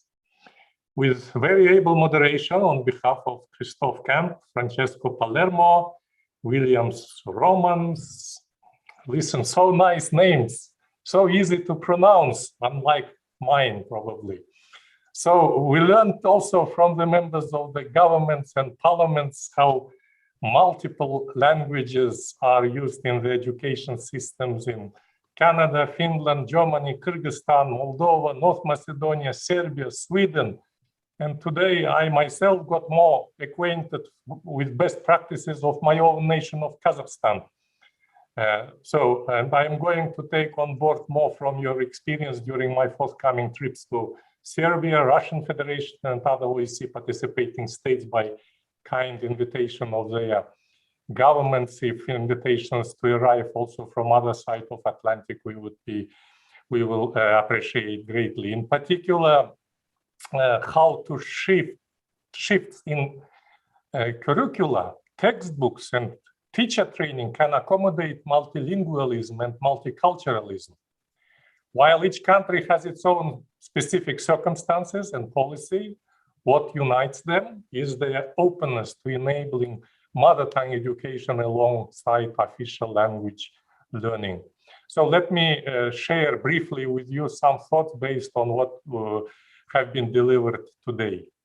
The main keywords from our discussion today could be summarized as integration, mother tongue education, meaningful participation, human rights of national minorities. And please just guess which word was most frequently used by participating states during my last week's first, in fact, report before the OSCE Permanent Council, and you are quite right, it was education.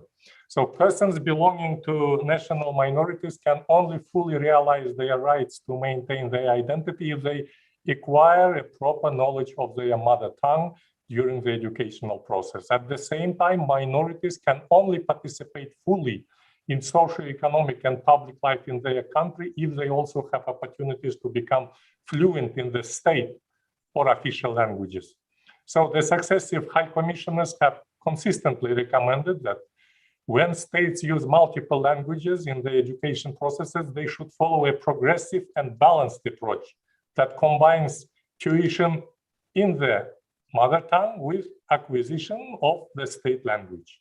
So the Hague recommendations do not offer a definitive one-size-fits-all solution, because each country has a different situation that needs a tailored approach. But there are principles that are relevant to all.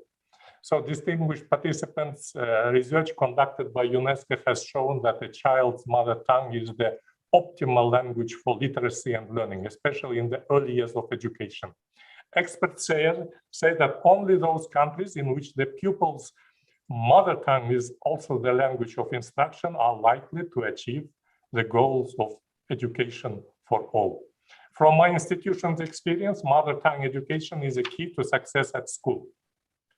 Studies have indicated that when children take advantage of their multilingualism, they succeed in their careers and enjoy higher socioeconomic status. The Hague recommendations also encourage states to create conditions that enable representatives of national minorities to participate meaningfully in the development and implementation of policies and programs related to minority education. we see that when reforms are developed and launched without proper consultations, minority communities may react with, well, suspicion and apprehension. And needless to say, this is not conducive to building trust between the authorities and minorities, and it can lead to tensions between different groups in society. So, distinguished colleagues, UNESCO Assistant Director General has highlighted the devastating effect the health pandemic has had on access to education and the quality of education in many parts of the world. One solution to this will come from harnessing the potential of the digital age in education so we can maintain and enhance the equalizing role of education. And I am inspired by the speakers who shared their valuable experience of using digital tools to support quality education in diverse society. The principles of quality education for all, as presented in the Hague recommendations, are there in order to inspire participating states to develop tailored approach that work in their society. As we all know, quality education is the first step towards empowerment, and as a result is a critical tool in efforts to reduce poverty and create prosperity. It is also a second step in an individual's socialization after the family, and is a powerful part of building more sustainable and peaceful societies. This is of particular importance as it embraces the OEC's comprehensive concept of security. It also features prominently in the UN's Sustainable Development Goals. So SDG number 4, which rightly has been mentioned several times, today emphasizes inclusive, equitable, quality education for everyone. This is an excellent benchmark for all of us who recognize the important role education can play in developing societies, and many of us still belong to the developing world. Education is not only a gateway to success for individual, it is also the gateway to success for the whole country if it envisages a sustainable and peaceful development of its diverse society. Dear participants, friends, colleagues, in conclusion, let me one more time to draw your kind attention to education as a foundation for the future and a place where we can discuss issues of equality, identity, and nationhood. This also reflects wider political debates about position of minorities and their languages in society. Competing demands placed on education systems generate tensions. So tensions that could be avoided if the rights of national minorities in multi-ethnic societies were not framed in competition with state interests. Because I believe that these rights are complementary, not mutually exclusive. And that is why the HCNM recommends that an effective language and education policy is one that increases state language knowledge without limiting opportunities for the use of minority languages. It is also important to underline the continuing importance of education in these challenging times of pandemic, as well as, we shall admit, of political mistrust.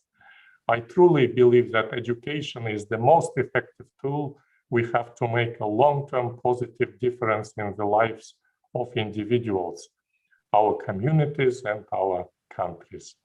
So I thank you so much for your kind attention and your active participation.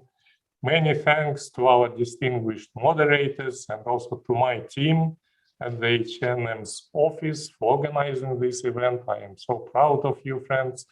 And last but not least, our thanks are also going to distinguished interpreters. Большое спасибо. I wish you all best of success in all your undertakings and much personal happiness too. Please stay safe and healthy. Thank you very much.